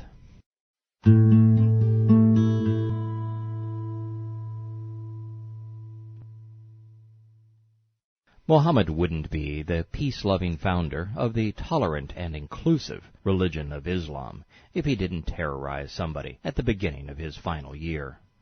Tabari, the messenger sent Killer Khalid with an army of 400 to Harith, a South Arabian tribe, and ordered him to invite them to Islam for 3 days before he fought them. If they were to respond and submit, he was to teach them the Book of Allah, the Sunnah of his Prophet, and the requirements of Islam, which are to pay Muhammad the money. If they should decline, then he was to fight them. Submit or die. Muhammad's Islam wasn't the least bit ambiguous, nor was this messenger. Khalid was the Islamic militant who had bound and butchered an entire Arab tribe after promising them peace. Muhammad pretended to separate himself from the senseless slaughter of innocent families with an ostentatious public prayer. Yet the Prophet never repudiated Khalid's behavior. He never refused the booty Khalid collected, or refrained from sending the terrorist tax collector out on subsequent raids. The Sunnah of the Prophet, described in these last two traditions, is nothing more than the use of Muhammad's example, his words and his deeds, to establish ideal Islamic behavior. The Sunnah codifies religious rituals, customs, taxation, and law.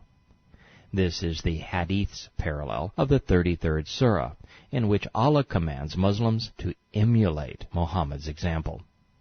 The sole repository of these virtuous Islamic behaviors and words is in the Hadith, and only 4 collections are credible: Ishaq, Bukhari, Tabari, and Muslim, all tracing back to within 300 years of the Prophet's death. By way of confirmation, the Islamic scholar who translated Muslim's Hadith wrote, Sahih Muslim is a collection of the sayings and deeds of the Prophet Muhammad, peace be unto him. It is known as the Sunnah. These reports of the Prophet's sayings and deeds are called hadith. Muslim lived a couple of centuries after the Prophet's death and worked hard to collect his hadith. Each report in his collection was checked for compatibility with the Quran. The veracity of the chain of reporters, called an isnad, had to be painstakingly established. Muslim's collection is recognized by the overwhelming majority of the Muslim world to be one of the most authentic collections of the Sunnah of the Prophet Muhammad, peace be unto him. Muslim scholars and imams alike claim that the heinous deeds and immoral words which comprise the Sunnah were inspired by Allah. That makes the Hadith scripture. That means that pedophilia, incest, polygamy, fornication, rape, deceit, seduction, indoctrination, thievery, the slave trade, racism, fighting, piracy, bribery, intolerance, political assassination, mass murder, and, of course, terrorism, are authorized Sunnah, the only approved Islamic behaviors. As such, all good Muslims are bad people. To be a good person, one has to be a bad Muslim or a non-Muslim. There are no exceptions. If you believe the world needs more good Muslim rapists who conquer, plunder, terrorize, and murder while indoctrinating others to act in like fashion, continue to ignore the third commandment and tolerate Islam's existence. But if you believe these behaviors will lead to death and damnation, you may want to heed the words Yahweh etched in stone 3,200 years ago. Quote, "You shall not accept or tolerate, in the name or character of Yahweh, your deity, anything that is false, deceptive, or destructive."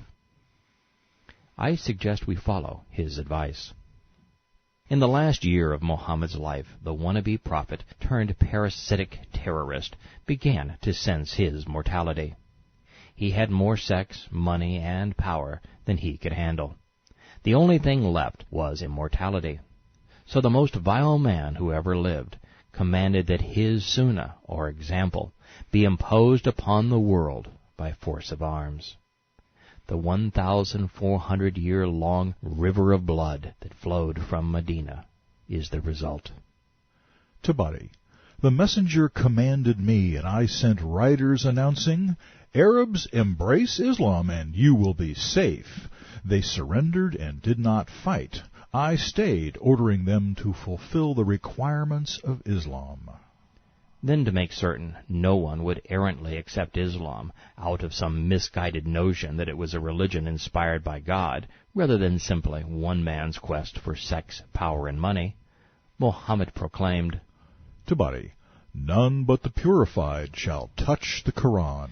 Therefore, 100% of Muslims were compelled into Islam by the sword, or they were seduced by some errant interpretation. Allah's revelation persuaded no one. And I believe that's true today. Very few Muslims understand what the Quran actually says. Fewer still know the Sunnah, as presented by the first Hadith collectors, Ishaq, Tabari, Bukhari, and Muslim. And that's both good and bad. Good people, exposed to the truth, will reject Muhammad and discard Islam. That's good. But bad people continue to use the religious doctrine as it was conceived for their own gain. Tabari, give the people the good news. Virgins and gluttony and paradise, and the way to attain it. By killing Christians and Jews. Warn them of the hell fire and the way to earn it. By being peaceful. Teach them the rights of the pagan pilgrimage, its practices, its obligations, that I usurped from Qusay, and what Allah has commanded about the Hajj and Umrah. He orders you to offer prayer at the appropriate times, with proper bowing and humility. He orders you to give 1/5 of Allah's booty and to pay the zakat tax. It is enjoined on the faithful from their land and property. And don't seduce the Jews or Christians, for incumbent upon them is to pay the jizya, protection tax. You just can't beat good old-fashioned religion for robbing and controlling folks. Allah's apostle dispersed his representatives to every land where Islam had entered to collect the zakat. Muhammad has done a fine job of proving that Islam created a license to steal. There is no reason to call the profitable profit plan a theory anymore. Religion is the damnation of mankind. Its rituals are an opiate, deadening the mind. But it's worse than that. Religion is the most powerful and seductive control mechanism ever conceived. From the first religion instituted in Nimrod's Babylon to that imposed by the Egyptians, Assyrians, Greeks, Romans, Catholics, Muslims, Nazis, and Communists, pelagious doctrines have been the source of power, control, and wealth for cleric and king. Religions have been the impetus and excuse for thievery and for war. While Islam is the worst of a bad lot, most are without merit. The religions of man have served to separate men and women from freedom, prosperity, and from God. For another lesson in fundamental Islam, we find Tabari, Volume 9, page 88, saying, Abdallah Azdi came to the messenger, embraced Islam, and became a good Muslim. Allah's apostle invested Azdi with authority over those who had surrendered, and ordered him to fight the infidels from the tribes of Yemen. Azdi left with an army by the messenger's command. The Muslims besieged them for a month. Then they withdrew, setting a trap. When the Yemenites went in pursuit, Azdi was able to inflict a heavy loss on them. Muhammad said a good Muslim is a jihad fighter, and Azdi showed that a little Islam goes a long way. Skimming over the next 20 pages of Al-Tabari, we find Arabs poking fun and pretending to be Muhammad. In jest they revealed surahs in rhyming speech, imitating the Quran. They even made paradise on earth, permitting fornication and the drinking of wine. Others were outplaying Allah, trashing men with prescribed punishments and lashings. Lots of folks were deputized, became good Muslims, and coerced others into submission. Armies marched, skirmishes were fought, men were killed or banished, cattle were stolen, and young girls were captured and turned into slaves. There was even talk of sorcerers and casting evil spells. One must have worked because Tabari, Allah sent a thunderbolt which scorched a man and his camel. Tabari, when Allah's messenger returned to Medina after performing the Hajj of perfection in religion, he began to have a complaint of illness. What do you suppose it was? Gluttony? Venereal disease? Or a dead conscience? News of the Prophet's illness spread. So Musaylima, a Yemeni messenger, virtually identical to Muhammad religiously, leapt at the opportunity to claim the prophethood for himself. Abu Bakr would ultimately slaughter the Yemenites in the war of compulsion, but for now the Muslims were content to rob them. Tabari, Ali returned from Yemen with an army dressed in white linen to meet Muhammad. But the sexy uniforms were stolen, thus they were technically part of the Yemeni booty. So they were stripped off the soldiers who had stolen them and were thrown back into the rest of the confiscated treasure. That brings us to Muhammad's farewell sermon. Like the rest of Islam, it was a far cry from the Messiah's Sermon on the Mount. In the opening stanza, the prophet tried to justify removing the intercalating month. Then, in the most important and revealing line Muhammad ever spoke, he said, Tabari, beware of Satan in your religion. Proving that Islam could be as brutal as any occult doctrine, the sexist proclaimed, Tabari, you have a right over your wives, and they have a right over you. You have the right that they should not cause anyone of whom you dislike to tread your beds, and that they should not commit any open indecency. If they do, then Allah permits you to shut them in separate rooms and to beat them, but not severely. And if they abstain from evil, they have the right to food and clothing. Treat women well, for they are like domestic animals with you, and they do not possess anything themselves. Allah has made the enjoyment of their bodies lawful in His Quran. As you might expect, whatever minimal rights women might have had in Islam didn't make the list.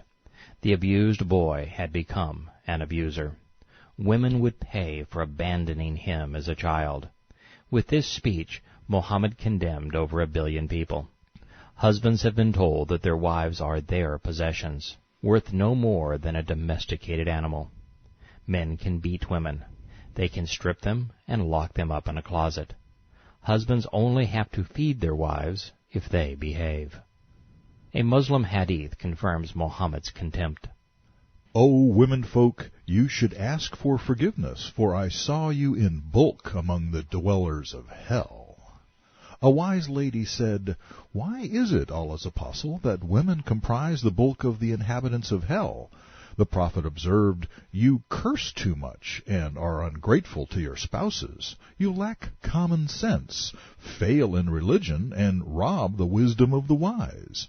Upon this the woman remarked, What's wrong with our common sense? The Prophet replied, Your lack of common sense can be determined from the fact that the evidence of 2 women is equal to 1 man. That is a proof. The Quran says that the testimony of a woman, as well as their value, is half that of a man. And the Hadith claims that Allah made women stupid. Well, stupid? No. Wrong? Yes. Women endure hellish lives in Islam, yet most non-Muslim women simply ignore their plight. Across America, hundreds of thousands of women have been seduced into Islam. It's presented as a way to rebel against Judeo-Christianity and the godless depravity of the media culture. Yet these women know nothing of Muhammad's life and are offended when I read from the Quran and Hadith. The fundamental precepts of the Sunnah are completely alien to them. The nature of jihad and the Prophet's life don't mesh with the politically correct veneer that has been used to beguile the media and the masses. So where is the public outcry against this deception, against this bigotry and abuse? I find the following words outrageous, and I'm surprised that no one else seems to care. Bukhari. The Prophet said, Isn't the witness of a woman equal to half that of a man? The woman said, Yes. He said, This is because of the deficiency of a woman's mind. Ishaq. Tell the men with you who have wives, never trust a woman. Every aspect of Islam is rotten. It's repulsive, racist, sexist, and unforgivably violent. Islam is the most lethal form of religious poison ever conceived. Yet it's simplistic. It's amazing that something this infantile could wreak such havoc. Tabari. The messenger completed the pilgrimage, showing the people its rites, and taught them what was required of them, including the stations, the throwing of pebbles, the running around the Kaaba, and what Allah had permitted them to do, like beating their wives, killing infidels, and stealing booty. And what he had forbidden, like being tolerant, like not sharing the booty, and withholding the tax. The pilgrimage, the rites, the stations, the throwing of pebbles, and the circumambulation were all part of Qusay's pagan scam. And the other requirements, fighting and sharing booty, were brutal and immoral. As the aged prophet was petering out, his companions wanted an accurate accounting of the things that mattered most to Muhammad. The next 27 pages of al-Tabari's history are dedicated to counting the number of terrorist raids the prophet personally led, those he simply commissioned, the people he had assassinated, the times he had humbled the Meccans with his presence, and the number of wives, concubines, and sex slaves in his harem. Tabari, Ishaq, Bukhari, and Muslim all cover the same material. But so as to provide a sense of proportion, I'm going to stick with one account, and I'm going to cover this summation in the order it was reported. Tabari. The military expeditions, the Ghazwat, in which the messenger personally participated, were 26. Some say they were 27.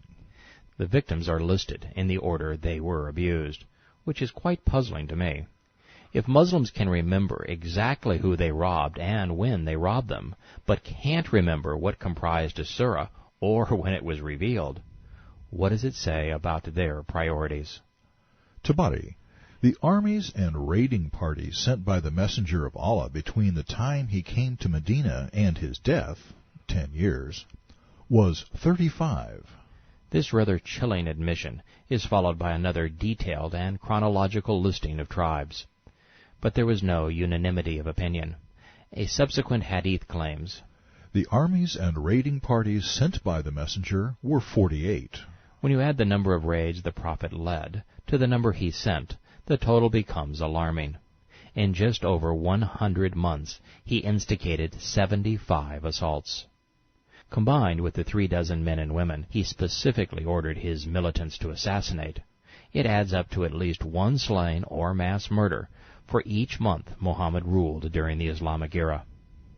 That makes the prophet the most successful Muslim terrorist of all time. Peace be unto him. And he wasn't through. After assassinating Yasser, a Jew from Kabar, by severing his leg and letting him bleed to death, the prophet sent his Islamic commandos out to slay another. Tabari, the messenger called me and said, I suspect that Khalid Sufyan is going to attack me, so go to him and kill him. O prophet, describe him to me so that I might know him. He said, when you see him, he will remind you of Satan. Which is to say, he will look, act, and talk like Muhammad. Demonstrating the traits of a good Muslim, the assassin managed to track his victim down, pray, and then murder him in front of his wife and daughters.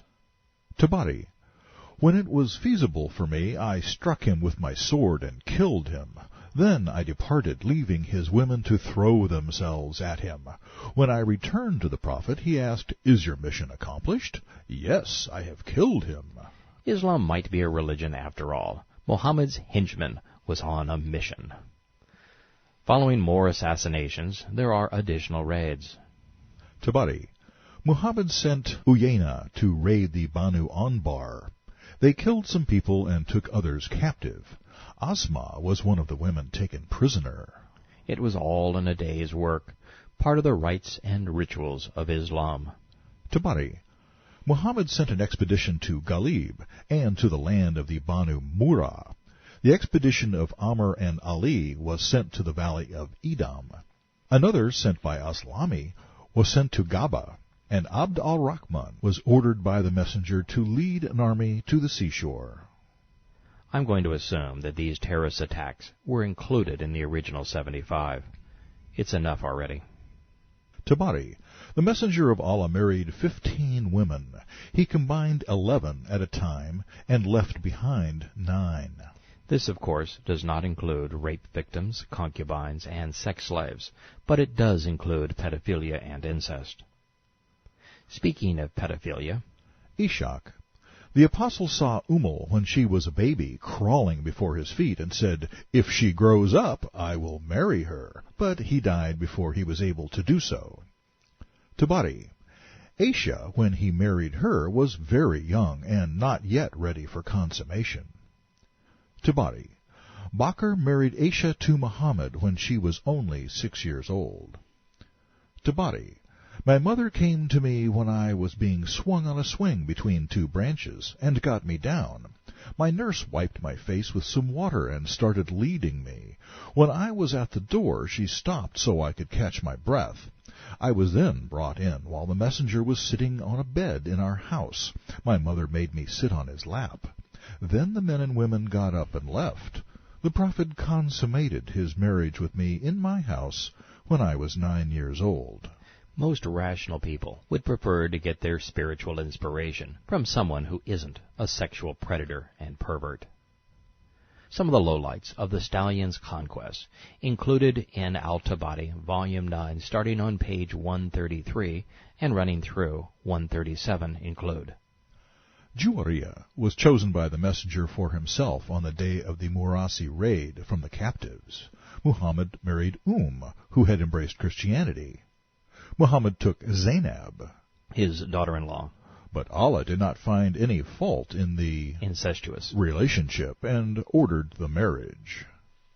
When the prophet scrutinized the captives on the day of Kabar, he threw his cloak over Safia. She was his chosen one.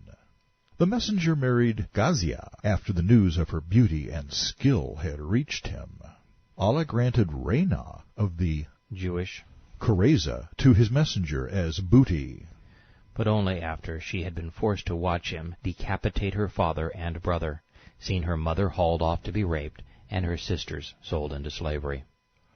Maria, a Copt slave, was presented to the prophet. She was given to him by Mukawis, the ruler of Alexandria. Muhammad was despicable. Tabari. The prophet married Aliyah, a Bakr woman. He gave her gifts for divorce and left her. He also married Kutela, but he died before he could consummate the marriage. Layla approached the prophet while his back was to the sun, and clapped him on his shoulder. He asked who it was, and she replied, "I am the daughter of one who competes with the wind. I am Layla. I have come to offer myself to you." He replied, "I accept."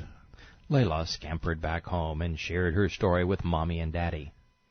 They said, "What a bad thing you have done. You are a self-respecting girl, but the prophet is a womanizer." Now there's an understatement. The next half-dozen pages provide an accounting of Muhammad's slaves. For example, a eunuch named Mubir was presented to Muhammad along with 2 slave girls. One he took as a concubine, the other he gave to Hassan. there are 22 pages devoted to the collection of the zakat and jizya taxes in this summation of Islam's formation. 27 pages of accounting notes dedicated to terrorist raids. 16 pages chronicling the Prophet's sexual perversity. Yet there is only 1 paragraph devoted to scribes. Since Muhammad was illiterate, and since the Quran was supposed to be his miraculous gift from Allah to mankind, how is it that writing scripture received 88 times less attention than money, 108 times less attention than terrorist raids, or 64 times less attention than sex? Well, it's because Islam wasn't about saving souls. It was always about power, sex, and money. Collectively, these things were 260 times more important than Scripture. It's something to think about if you are a Muslim. As an interesting aside to Muhammad's scribes, we discovered earlier that one of them, Abdallah bin Sa'd, had quite a story. He was the first person who attempted to commit Quranic revelations to parchment while they were still fresh in Muhammad's mind. According to the Hadith, he became concerned because some of the phraseology didn't sound godly, so he suggested enhancements to Muhammad. When Muhammad accepted his edits, Abdallah rejected Islam. He recognized that the Quran couldn't be from God if he, a lowly scribe, could copy-edit it. But the story didn't end there. Abdallah had a secret Muhammad had to conceal. If word got out that he was just making this stuff up as he went along, he would lose everything he had struggled to gain. So, Tabari. When the messenger entered Mecca, he ordered that the following men should be killed, even if they were under the Kaaba. First among them was Abdallah bin Sa'd. Al-Tabari's hadiths go on to invest 25 times more ink to pet names Muhammad ascribed to his possessions than to memorializing the Quran. We are regaled with the monikers of his horses, his mules, his camels, sheep, swords, bows, lances, coats of mail, and shields. This list climaxes with the Prophet's names for himself. With his insecurities showing, he said, Tabari. The messenger of Allah named himself to us in various ways. He said, I am Muhammad, the one who is praised. Ahmad, the most praiseworthy. Al-Aqib, the last in succession. And Al-Mahi, the obliterator. They go from bad to worse. The following physical description sounds more like an ape than a man. Tabari. The messenger was neither tall nor short. He had a large head and beard with big black eyes. His palms and feet were calloused. He had large joints. His face was white with a reddish tinge. His chest hair was long, and when he walked he bent forward as if he were descending a slope. Maybe Muhammad misspoke when he said that Allah transformed Jews into monkeys. for those in the Nation of Islam trying to seduce disgruntled young black men by claiming that Muhammad was a man of color, the next hadith is devastating. Tabari. He was a white man. Muhammad's seal of prophethood was as ugly as his scripture. We have this from a pair of Abus. Tabari. The messenger said, O Abu Zayd, come close to me and wipe my back. I put my finger on the seal and touched it. The seal was a collection of hairs on his shoulders. I asked Abu Sa'id about the seal which the prophet had, and he said that it was like a protruding lump of flesh.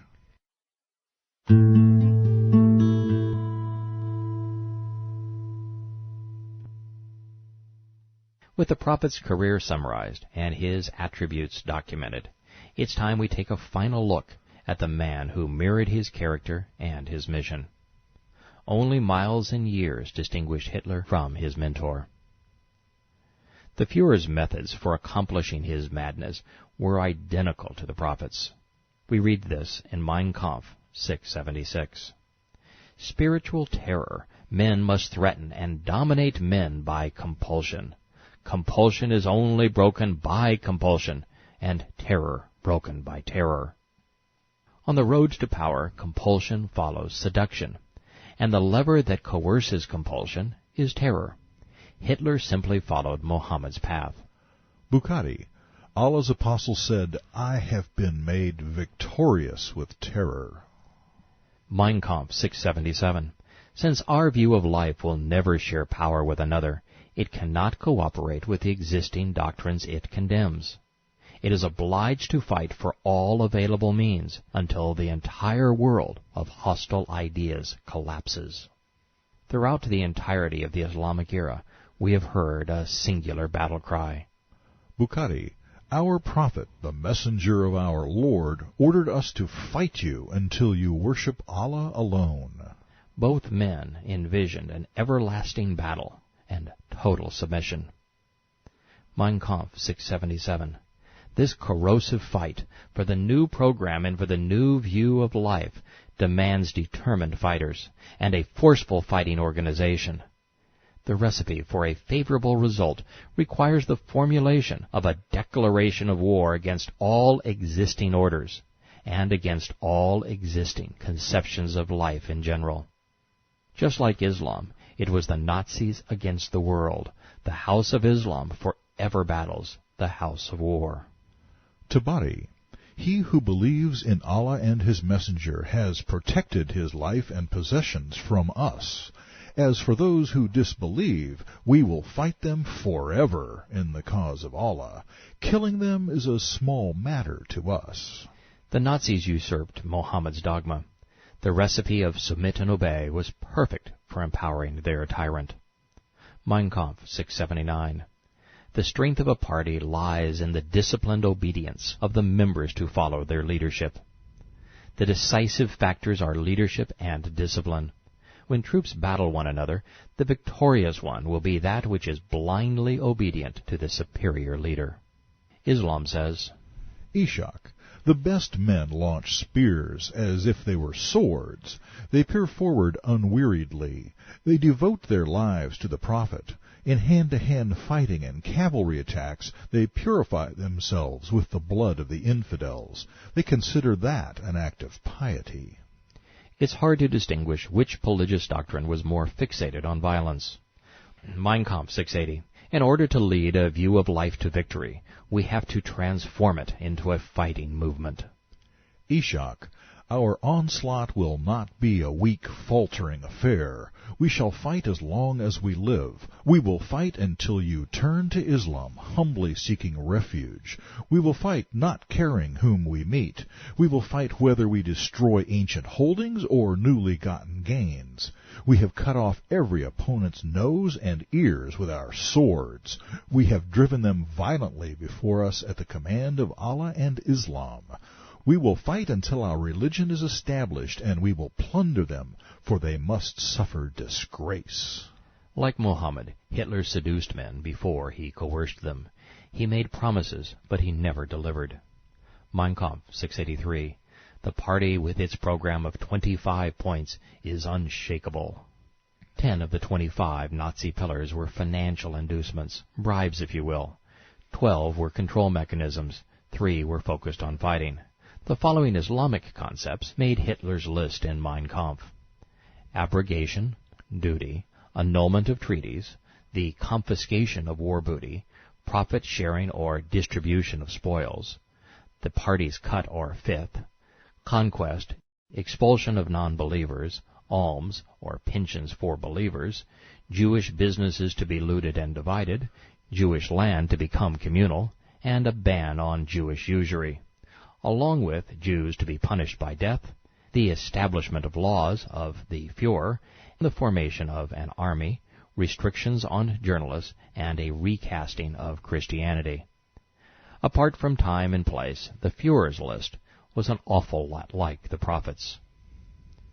Both men were serious about their personal views. It was their way or the highway. Mein Kampf 698. The NSGWP must not become a bailiff of public opinion, but its ruler. It must not be the masses' slave, but their master. Muhammad wasn't much of a listener either. Quran 47:21. Were they to obey, showing their obedience in modest speech, after the manner of preparation for jihad had been determined for them, it would have been better. If the definition of propaganda is artful deceit, Hitler and Muhammad were grand masters. Mein Kampf 701. On behalf of our view of life, I will strike the weapon of reply from the enemy's hand personally. And how might the Führer accomplish this? Mein Kampf 702. Skillful propaganda. The best proof of this was furnished by the success of the propaganda introduced by me against the peace treaty of Versailles. I had before me a surging crowd filled with most sacred indignation and utter wrath. A great lie had been torn out of the brains and hearts of a multitude, and in its stead truth had been implanted. In this meeting I became familiar with the pathos and gestures which mesmerize 1,000 people's demands. Islam and Nazism share an unhealthy trait, the willingness to link sacred to wrath. And neither can be trusted, as they are willing to abrogate treaties which they don't like. Quran 9 verse 3. And a declaration from Allah and His Messenger to all mankind. Allah is free from all treaty obligations with non-Muslims, and so is His Messenger. Confirming the role of seductive verbal expression in achieving victory, the Führer shared Mein Kampf 704. The emphasis was put on the spoken word, because only it is in a position to bring about great changes for general psychological reasons. Enormous world revolutionary events have not been brought about by the written word, but by the spoken word. 704. The agitatory activity of speech is bound to have mass influence. Hitler went on to say that spoken words were like pictures, because they communicate more vividly and faster than text. His mentor never allowed his words to be written or read either, only spoken. And that's because Bukhari. Allah's apostle said, some eloquent speech is as effective as magic. Also in Bukhari, the prophet said, I have been given the keys of eloquent speech, and given victory with terror, so the treasures of the earth were given to me. Expounding upon the merits of Muhammad's situational scriptures, the Führer said, Mein Kampf 706, the great speaker senses the words that he needs to use in order to impassion his audience. If he errs, he has the opportunity for correction. He can read his listeners' expressions to see if they understand, and he can repeat his message until he has convinced them of the correctness of what he has said. This reminds me of the 8th Surah, in which Muhammad changed his presentation of the power of Islamic terror on the fly. When his militants appeared displeased with Allah's proclamation, Muhammad corrected the error and lessened the odds. Ishaq. Abdullah told me that when this verse came down, it was a shock to the Muslims, who took it hard. They were afraid, as the odds were too great. So Allah relieved them and canceled the verse with another. Now has Allah relieved you, and He knows that there is a weakness among you. So if there are 100, rather than the original 20, they shall vanquish 200. The 66th verse corrected the 65th. Instant abrogation. Just add grumbling. Der Prophet also explained why an oral recital had to be as repetitive as the Quran, a word which means to recite. Mein Kampf 706. The great speaker will repeat his message so often, with so many examples, he will overcome objections and refute them before they are even raised. While the Meccan surahs were fixated on pain and punishment, with the vast majority of the 1,000 repetitions occurring therein, the Medina themes were no less repetitive. They bellowed, submit, obey, perform, pay, and fight. Hitler and Mohammed learned that their demonic message was most effective when it was revealed in the darkness of night. Mein Kampf 7:10. I was astonished by how much better my message was received at night. It is a mysterious magic that allows the encroachment upon a man's free will. In the evening they succumb more easily to the dominating force of a stronger will. The domineering apostolic nature weakens their resistance. Islam's apostle must have used the same psychologist to weaken men's resistance. Quran 73, verse 1. Keep watch all the night, except a little, reciting the Quran as it ought to be recited, in slow, measured, rhythmic tones. We will soon entrust you with our weighty word. Surely the night is the most devout way, when the soul is most receptive, and the words are the most telling. The most telling line, magic allows an encroachment upon man's free will, exposes the dark spirit's agenda. This is why Islam and Nazism are fatalistic, and why they are devoted to submission and to obedience.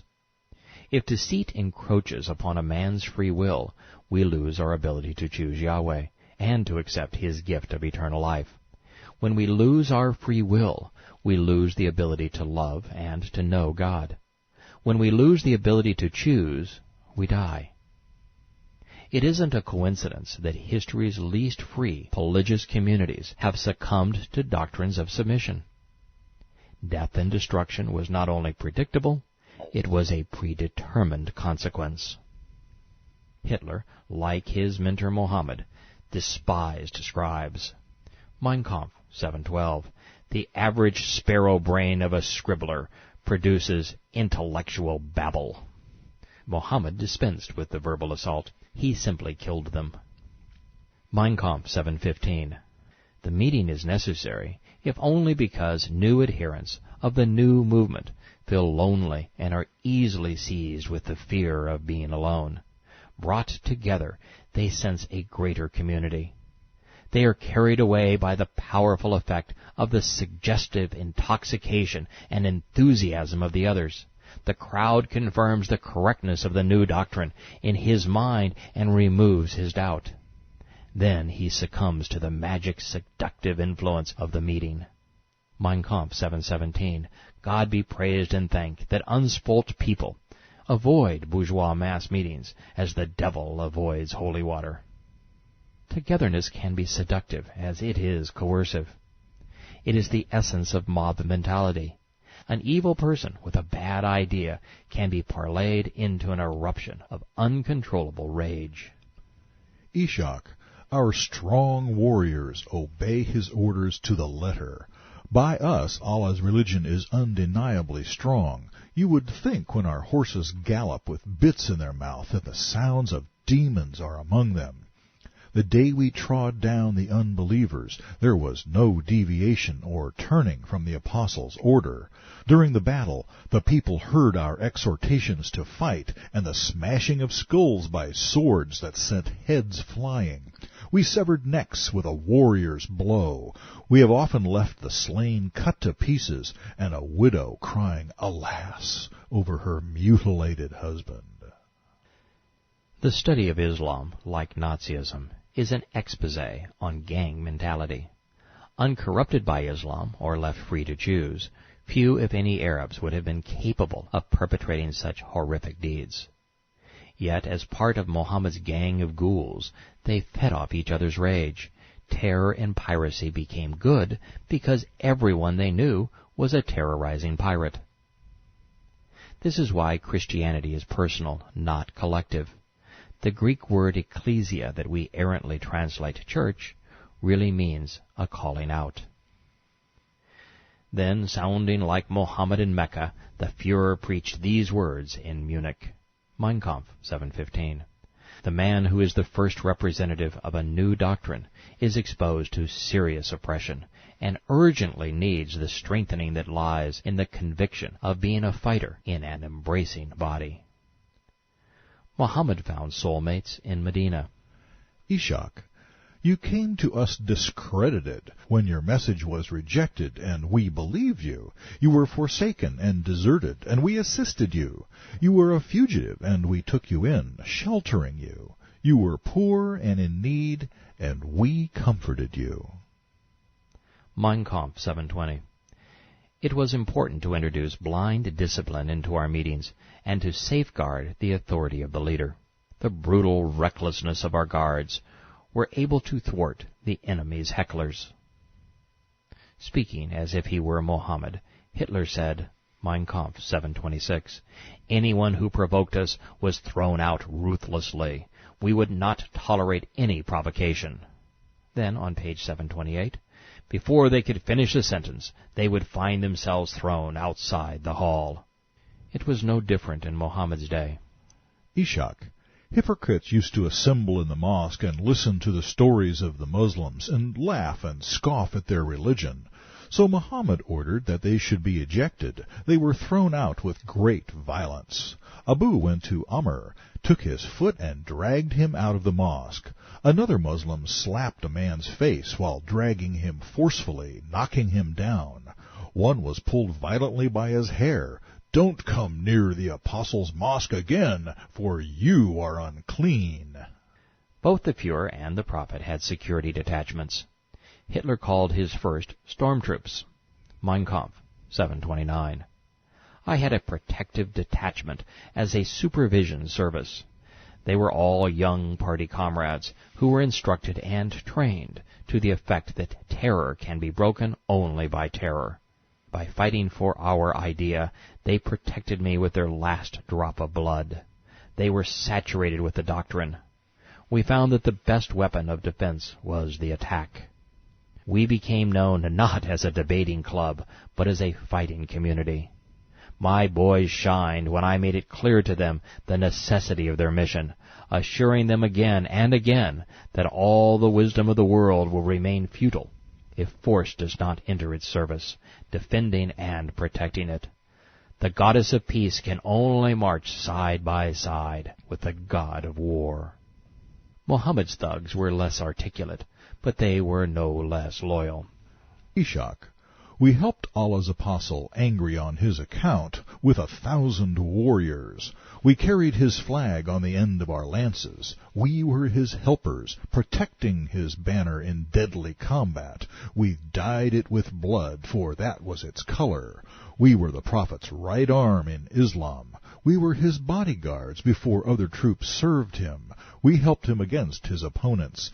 Allah richly rewarded that fine Prophet Muhammad. Like the good Muslims who left their homes to fight jihad for Muhammad, Hitler had helpers too. Mein Kampf, 7:30. And how these boys stood up. Like a swarm of hornets they stormed upon the mockers at our meeting, incurring wounds and making sacrifices, so that they made a path for the holy mission of our movement. Mein Kampf, 7:47. The boys of the storm troop performed their duty. They attacked like wolves. Our opponents learned a lesson they will never forget. This is reminiscent of the 8th surah, which says, Inflict upon them such a defeat as will be a lesson for others, that they may be warned. And the hadith, which substituted one pest for another.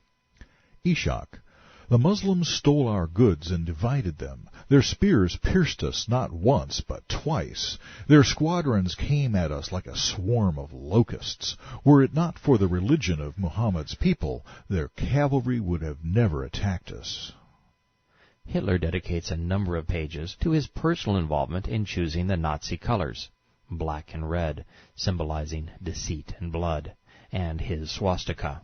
The Führer's fixation with his flag was no different than the Prophet's fixation on his war banners, which he told us were white, black, and red.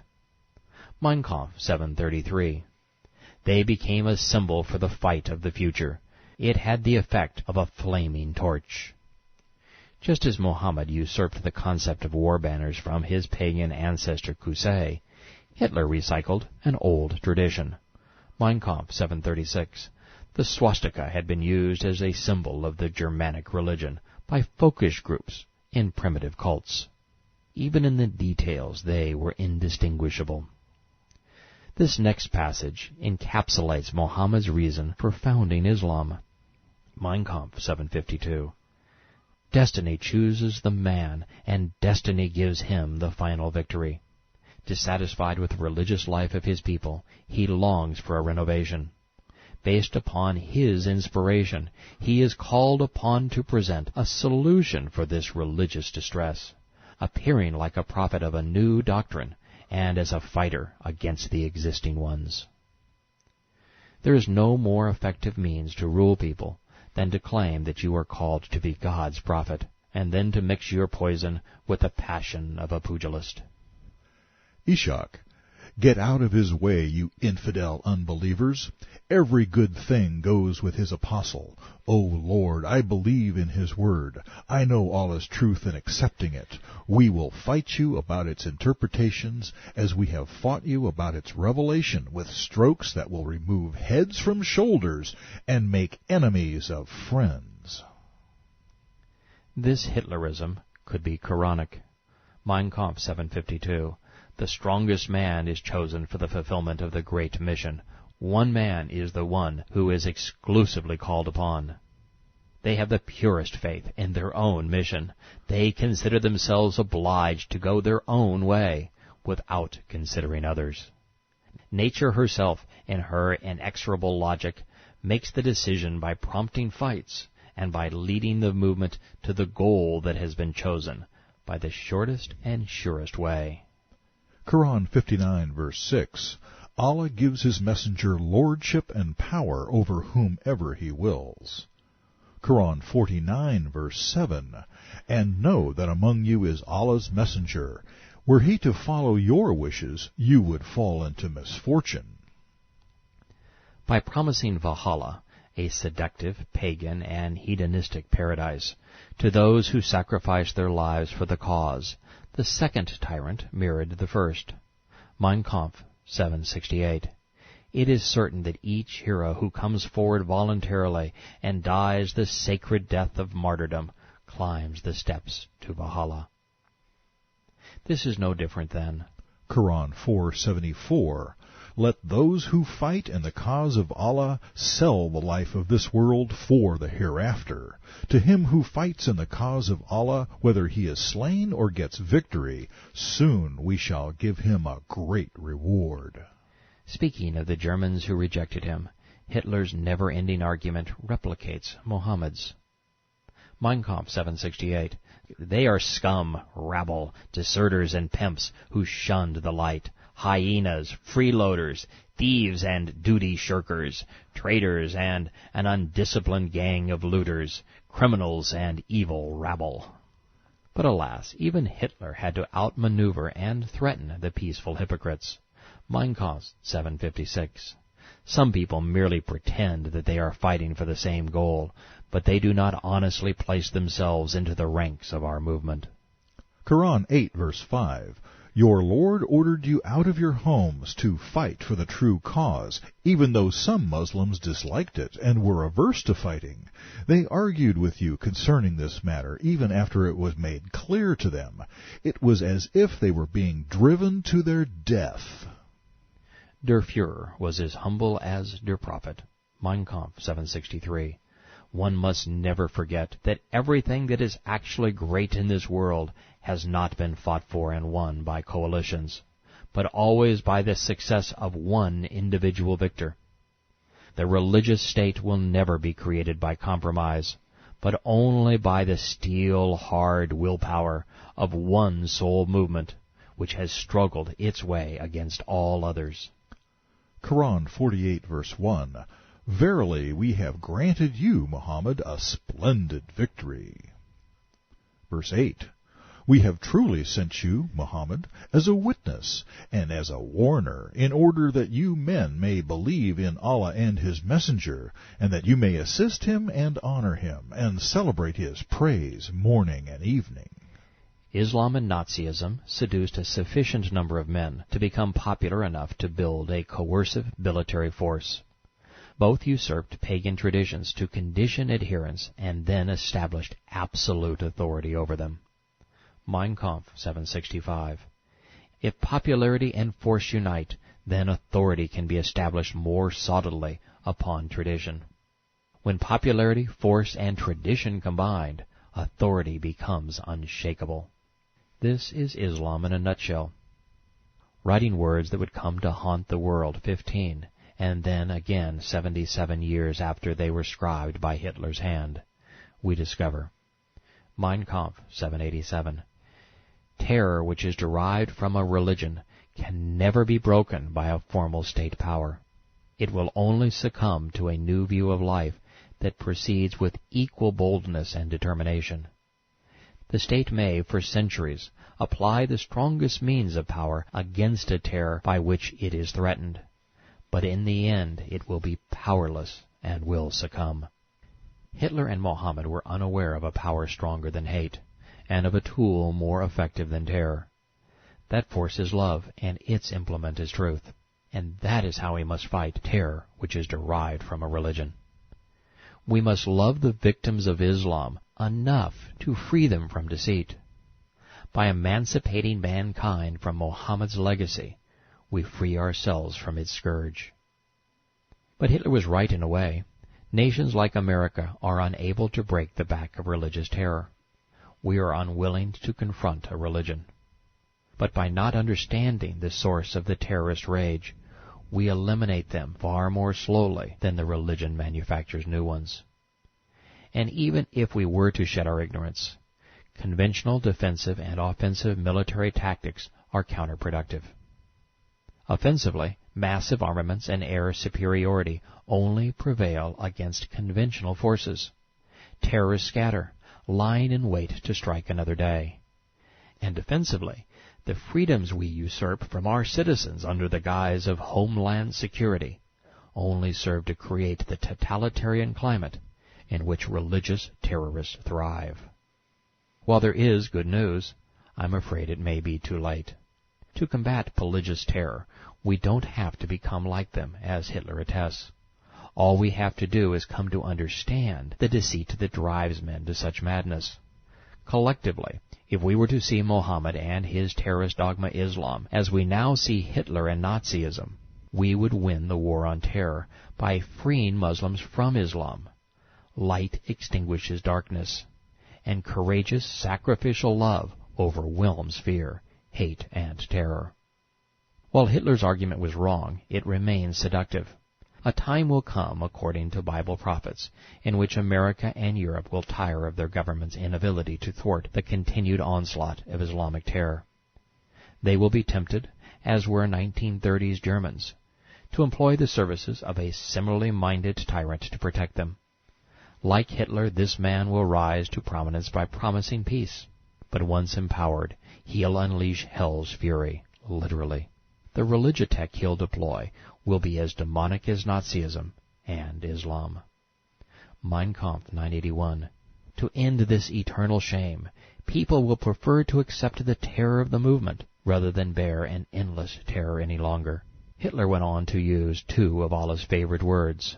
Mein Kampf 798. What we need is not 100 daring plotters, but many hundreds of thousands of fanatical fighters for our view of life. Mein Kampf 801. Give the German nation 6 million bodies, faultlessly trained, all of them glowing with passion for the highest spirit of attack, and we will have an army. Quran 47, verse 4.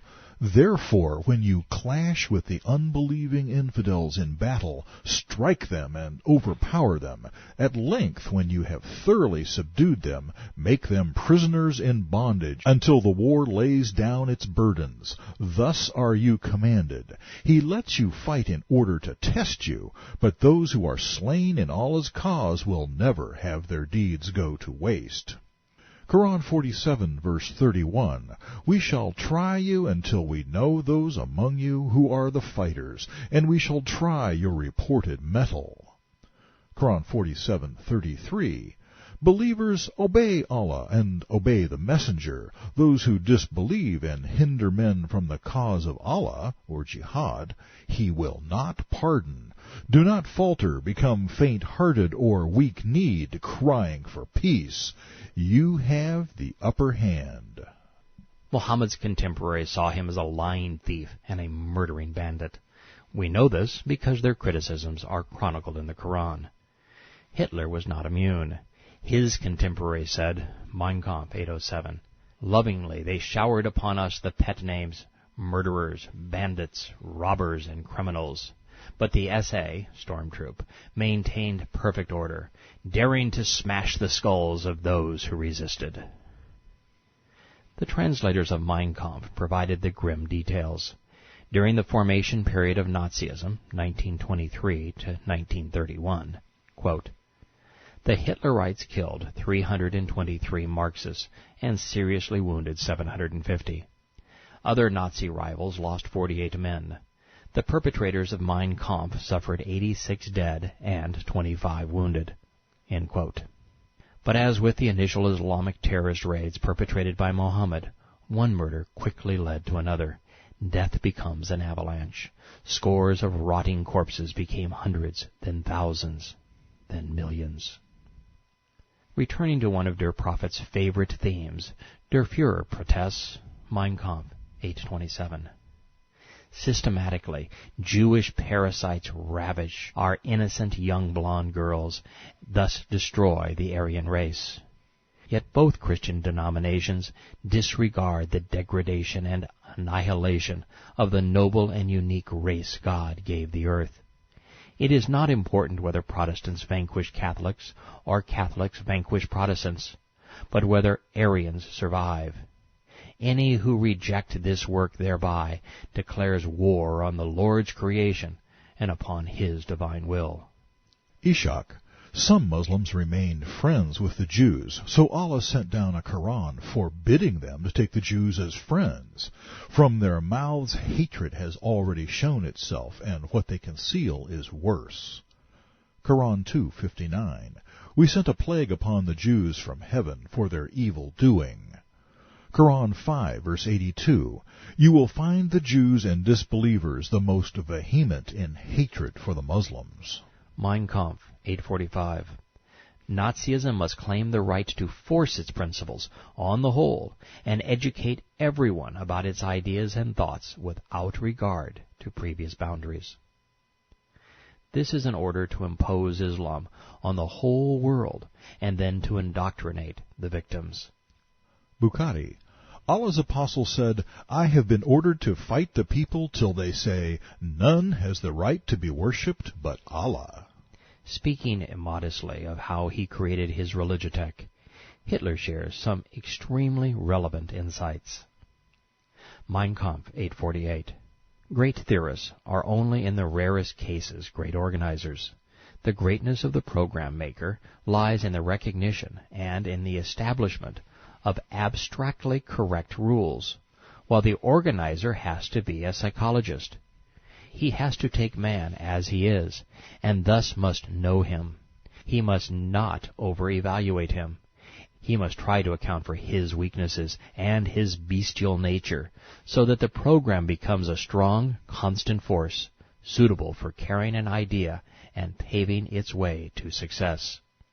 Hitler's words bind him to Muhammad and separate both men from Moses and the Messiah. Islam and Nazism see man as lowly and replaceable. They appeal to man's weaknesses, his bestial nature. They seduce men into becoming a militant force for the benefit of the program maker. Hitler was even suggesting that Islam was made dim-witted and bestial on purpose. It was as dumb and visceral as the men it was perpetrated upon. The reason the word religion can't be found in the Old Covenant and is only used negatively in the New Covenant is that Judeo-Christianity is not a religion. It's not a movement, a cause, a mission, or a program. It's a relationship that focuses on the spirit and not on the flesh. Mein Kampf 848. Rarely is a great theorist a great leader. More usually, he is an agitator who shows the ability of imparting an idea to the masses as a psychologist and a demagogue. For to lead means to be able to move the masses. While I wouldn't go so far as to say that Muhammad was a great theorist, leader, or a psychologist, he was certainly an agitator and a demagogue. And 2 out of 5 was sufficient to move the masses. Hitler glorified himself using similar terms to those used by the Islamic apologists to elevate Muhammad's status. Mein Kampf 849. The combination of the theorist, or prophet, organizer, or politician, and leader, or general, in one person is the rarest thing to be found on this globe. The combination makes the great man. By calling his message propaganda, Hitler was being more honest with his audience than was Muhammad. Both knew they were lying. One had the courtesy to tell us so. Mein Kampf 851. The first task of propaganda, read Quran recitals, is the winning of the people for the future organization, read Islam. The first task of the organization, read Islam, is the winning of the people for the continuation of propaganda. The second task of propaganda, read the Quran, is the destruction of existing doctrines, read Judeo-Christianity. The second task of the organization must be the fight for power, read Muslim militancy, so that it will achieve the final success of the doctrine, read World Religious Conquest, total submission. Tabari. The messenger sent Khalid with an army of 400 and ordered him to invite people to Islam before he fought them. If they were to respond and submit, he was to teach them the Book of Allah, the Sunnah of his Prophet, and the requirements of Islam. If they should decline, he was to fight them. Ishak. The apostle used to say, "Their religion will never march with ours." Mein Kampf 851. The most striking success of the revolution of a view of life will always be won whenever the new view of life is taught to all people, and if necessary, is forced upon them. Neville Chamberlain gave this man the high ground of Czechoslovakia, thinking that it would satiate his cravings. That proved to be as fatal as George Bush's roadmap to peace, in which he proposed to give the high ground of Israel to the Muslims. One doctrine has, and the other doctrine will, force its view of life on everyone within its reach. Tabari. Give the people the good news of paradise and the way to attain it. Warn them of the hell fire and the way to earn it. Teach them the rites of the Hajj. He orders you to offer prayer at the appropriate times and with the proper bowing and humility. He orders you to give 1/5 of Allah's booty and pay the zakat tax. It is enjoined on the faithful from their land and property.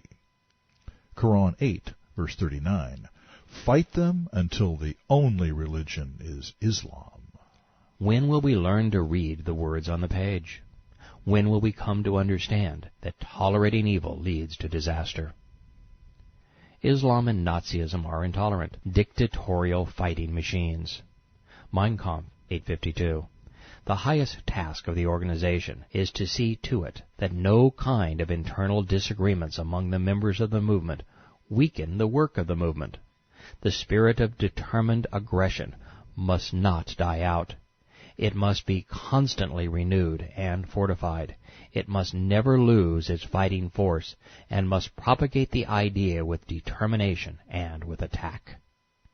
The more radical and inciting my propaganda was, the more it frightened off the weaklings, read hypocrites, and prevented them from pushing into the nucleus of our organization. Hitler would have loved this poem. Ishak. Muhammad is the man, an apostle of my Lord, who errs not. Any who would rival him must fail. Evil was the state of our enemy, so they lost the day. We came upon them like lions from the thickets. The armies of Allah came openly, flying at them in rage, so they could not get away. We destroyed them and forced them to surrender. In the former days there were no battles like this. Their blood flowed freely. We slew them and left them in the dust. Those who escaped were choked with terror. A multitude of them were slain. This is Allah's war, in which those who do not accept Islam will have no chance. Mein Kampf, 856. Folkish religious visionaries procure leadership for themselves, and they collapse the plots that swirl around them. I was unanimously given the entire leadership of the movement. New articles were accepted which entrusted me with full responsibility, and this proved its value in the most blissful manner. Mein Kampf, 858. All collaborators were made subordinate to me. Muslim. We used to take oaths to the Messenger of Allah that we would listen to and obey his orders. He would tell us to say in the oath, "As far as it lies in my power." Quran 48:10. Verily, those who swear allegiance to you, Muhammad, indeed swear their allegiance to Allah. Nazism was as peaceful as Islam. Mein Kampf, 891. To forge the sword is the task of leadership. The mission is to seek comrades in arms. 892. The correct road is to strengthen our power by winning new soil and new territory. Mein Kampf, 950. We Nazis say, the right to soil and territory is a duty for a great nation which must extend its boundaries. The clues in Mein Kampf that the Nazis were intent on world conquest were no less vague than those found in the Quran. Mein Kampf, 953. The German needs only to be given land by the sword. Bukhari. Expel disbelievers from the Arabian Peninsula. Quran 2:191. Slay them wherever you find and catch them, and drive them out from where they have turned you out, for persecution and oppression are worse than slaughter. Quran 33:25. Allah drove the disbelievers back and helped the believers in battle. He terrorized the people of the book so that you killed some and made some captives. He made you inherit their lands, their homes, and their wealth. He gave you a country you had not traversed before. Neville Chamberlain wasn't the only fool. Stalin also signed a peace treaty with Hitler years after Mein Kampf was written. And yet in Mein Kampf, page 959, we read, "The conclusion of a treaty with Russia embodies the declaration of the next war." The Führer, like the prophet, enjoyed projecting his faults on his foes. We must never forget that the rulers of present-day Russia are common blood-stained criminals, the scum of humanity. They butchered and rooted out millions of leading intellectuals with savagery. They have imposed the most frightful regime of tyranny of all time. The Marxists and their Jewish comrades combine bestial horror and an inconceivable gift for lying. They intend to impose bloody oppression upon the whole world. One does not conclude a treaty with someone whose sole interest is destruction. The only difference between Hitler and Mohammed in the application of this stratagem was, Hitler was right. The Führer went on to share, the struggle of the Jewish Marxist conquest of the world requires a clear attitude towards Soviet Russia. You cannot drive out the devil with Beelzebub, which is another name for Satan. This is similar to Satan's impersonating Gabriel while speaking for Allah and then condemning Satan. Mein Kampf 920. Peace treaties, whose demands are a scourge to a people, frequently beat the first drum roll of a coming rebellion. The boundless extortion and shameful abasement are the means of whipping up national passions to the boiling point. The propagandist utilization of these sadistic atrocities can remove indifference and raise indignation to the most blazing anger. Every point should be burned into the brain and into the heart of men until 60 million share the same hate, causing a sea of flames out of whose glow a steely will arises, and the cry, "We want more arms!" Yes, a peace treaty can do all of that. It becomes the greatest propaganda weapon for re-arousing the dormant spirits of a cause. Mein Kampf 920. We must re-implant in the people the spirit of proud self-respect, manly defiance, and wrathful hate. The first Muslims didn't take kindly to peace treaties either. Tabari and Ishak. The companions of the Prophet had set out not doubting that they would conquer because of a vision Muhammad had seen. Therefore, when they saw the negotiations for peace, the retreat, and the obligations the messenger agreed to, the Muslims felt so grieved about it that they were close to despair. Some were depressed to the point of death. So, in Quran 9, verse 3, an announcement from Allah and His Messenger to the people assembled on the day of the great pilgrimage that Allah and His Messenger dissolve treaty obligations with the pagans. And then, Quran 9, verse 5, fight and kill the disbelievers wherever you find them. Take them captive, torture them, lie in wait and ambush them, using every stratagem of war. Telling us how Nazi and Islamic tyrannies would use land for peace roadmaps to propagate their fury and lead the world to war, the Fuhrer explained. Everything, beginning with the child's primer, down to the last newspaper, every theater and every picture, every billboard and every wall, must be placed at the service of this single great mission, until the prayer of fear of our patriots cry, "Lord, deliver us," the burning plea must come, even from the smallest child. Almighty God, bless our arms. Lord, bless our battle. The Muslims also had such a prayer. Bukhari. The Prophet offered the prayer of fear when it was still dark and said, Allahu Akbar. Khaybar is destroyed, for whenever we approach a hostile nation to fight, then evil will be in the morning for those who have been warned. The inhabitants came out running. The Prophet had their men killed, their children and women taken as captives. Bukhari.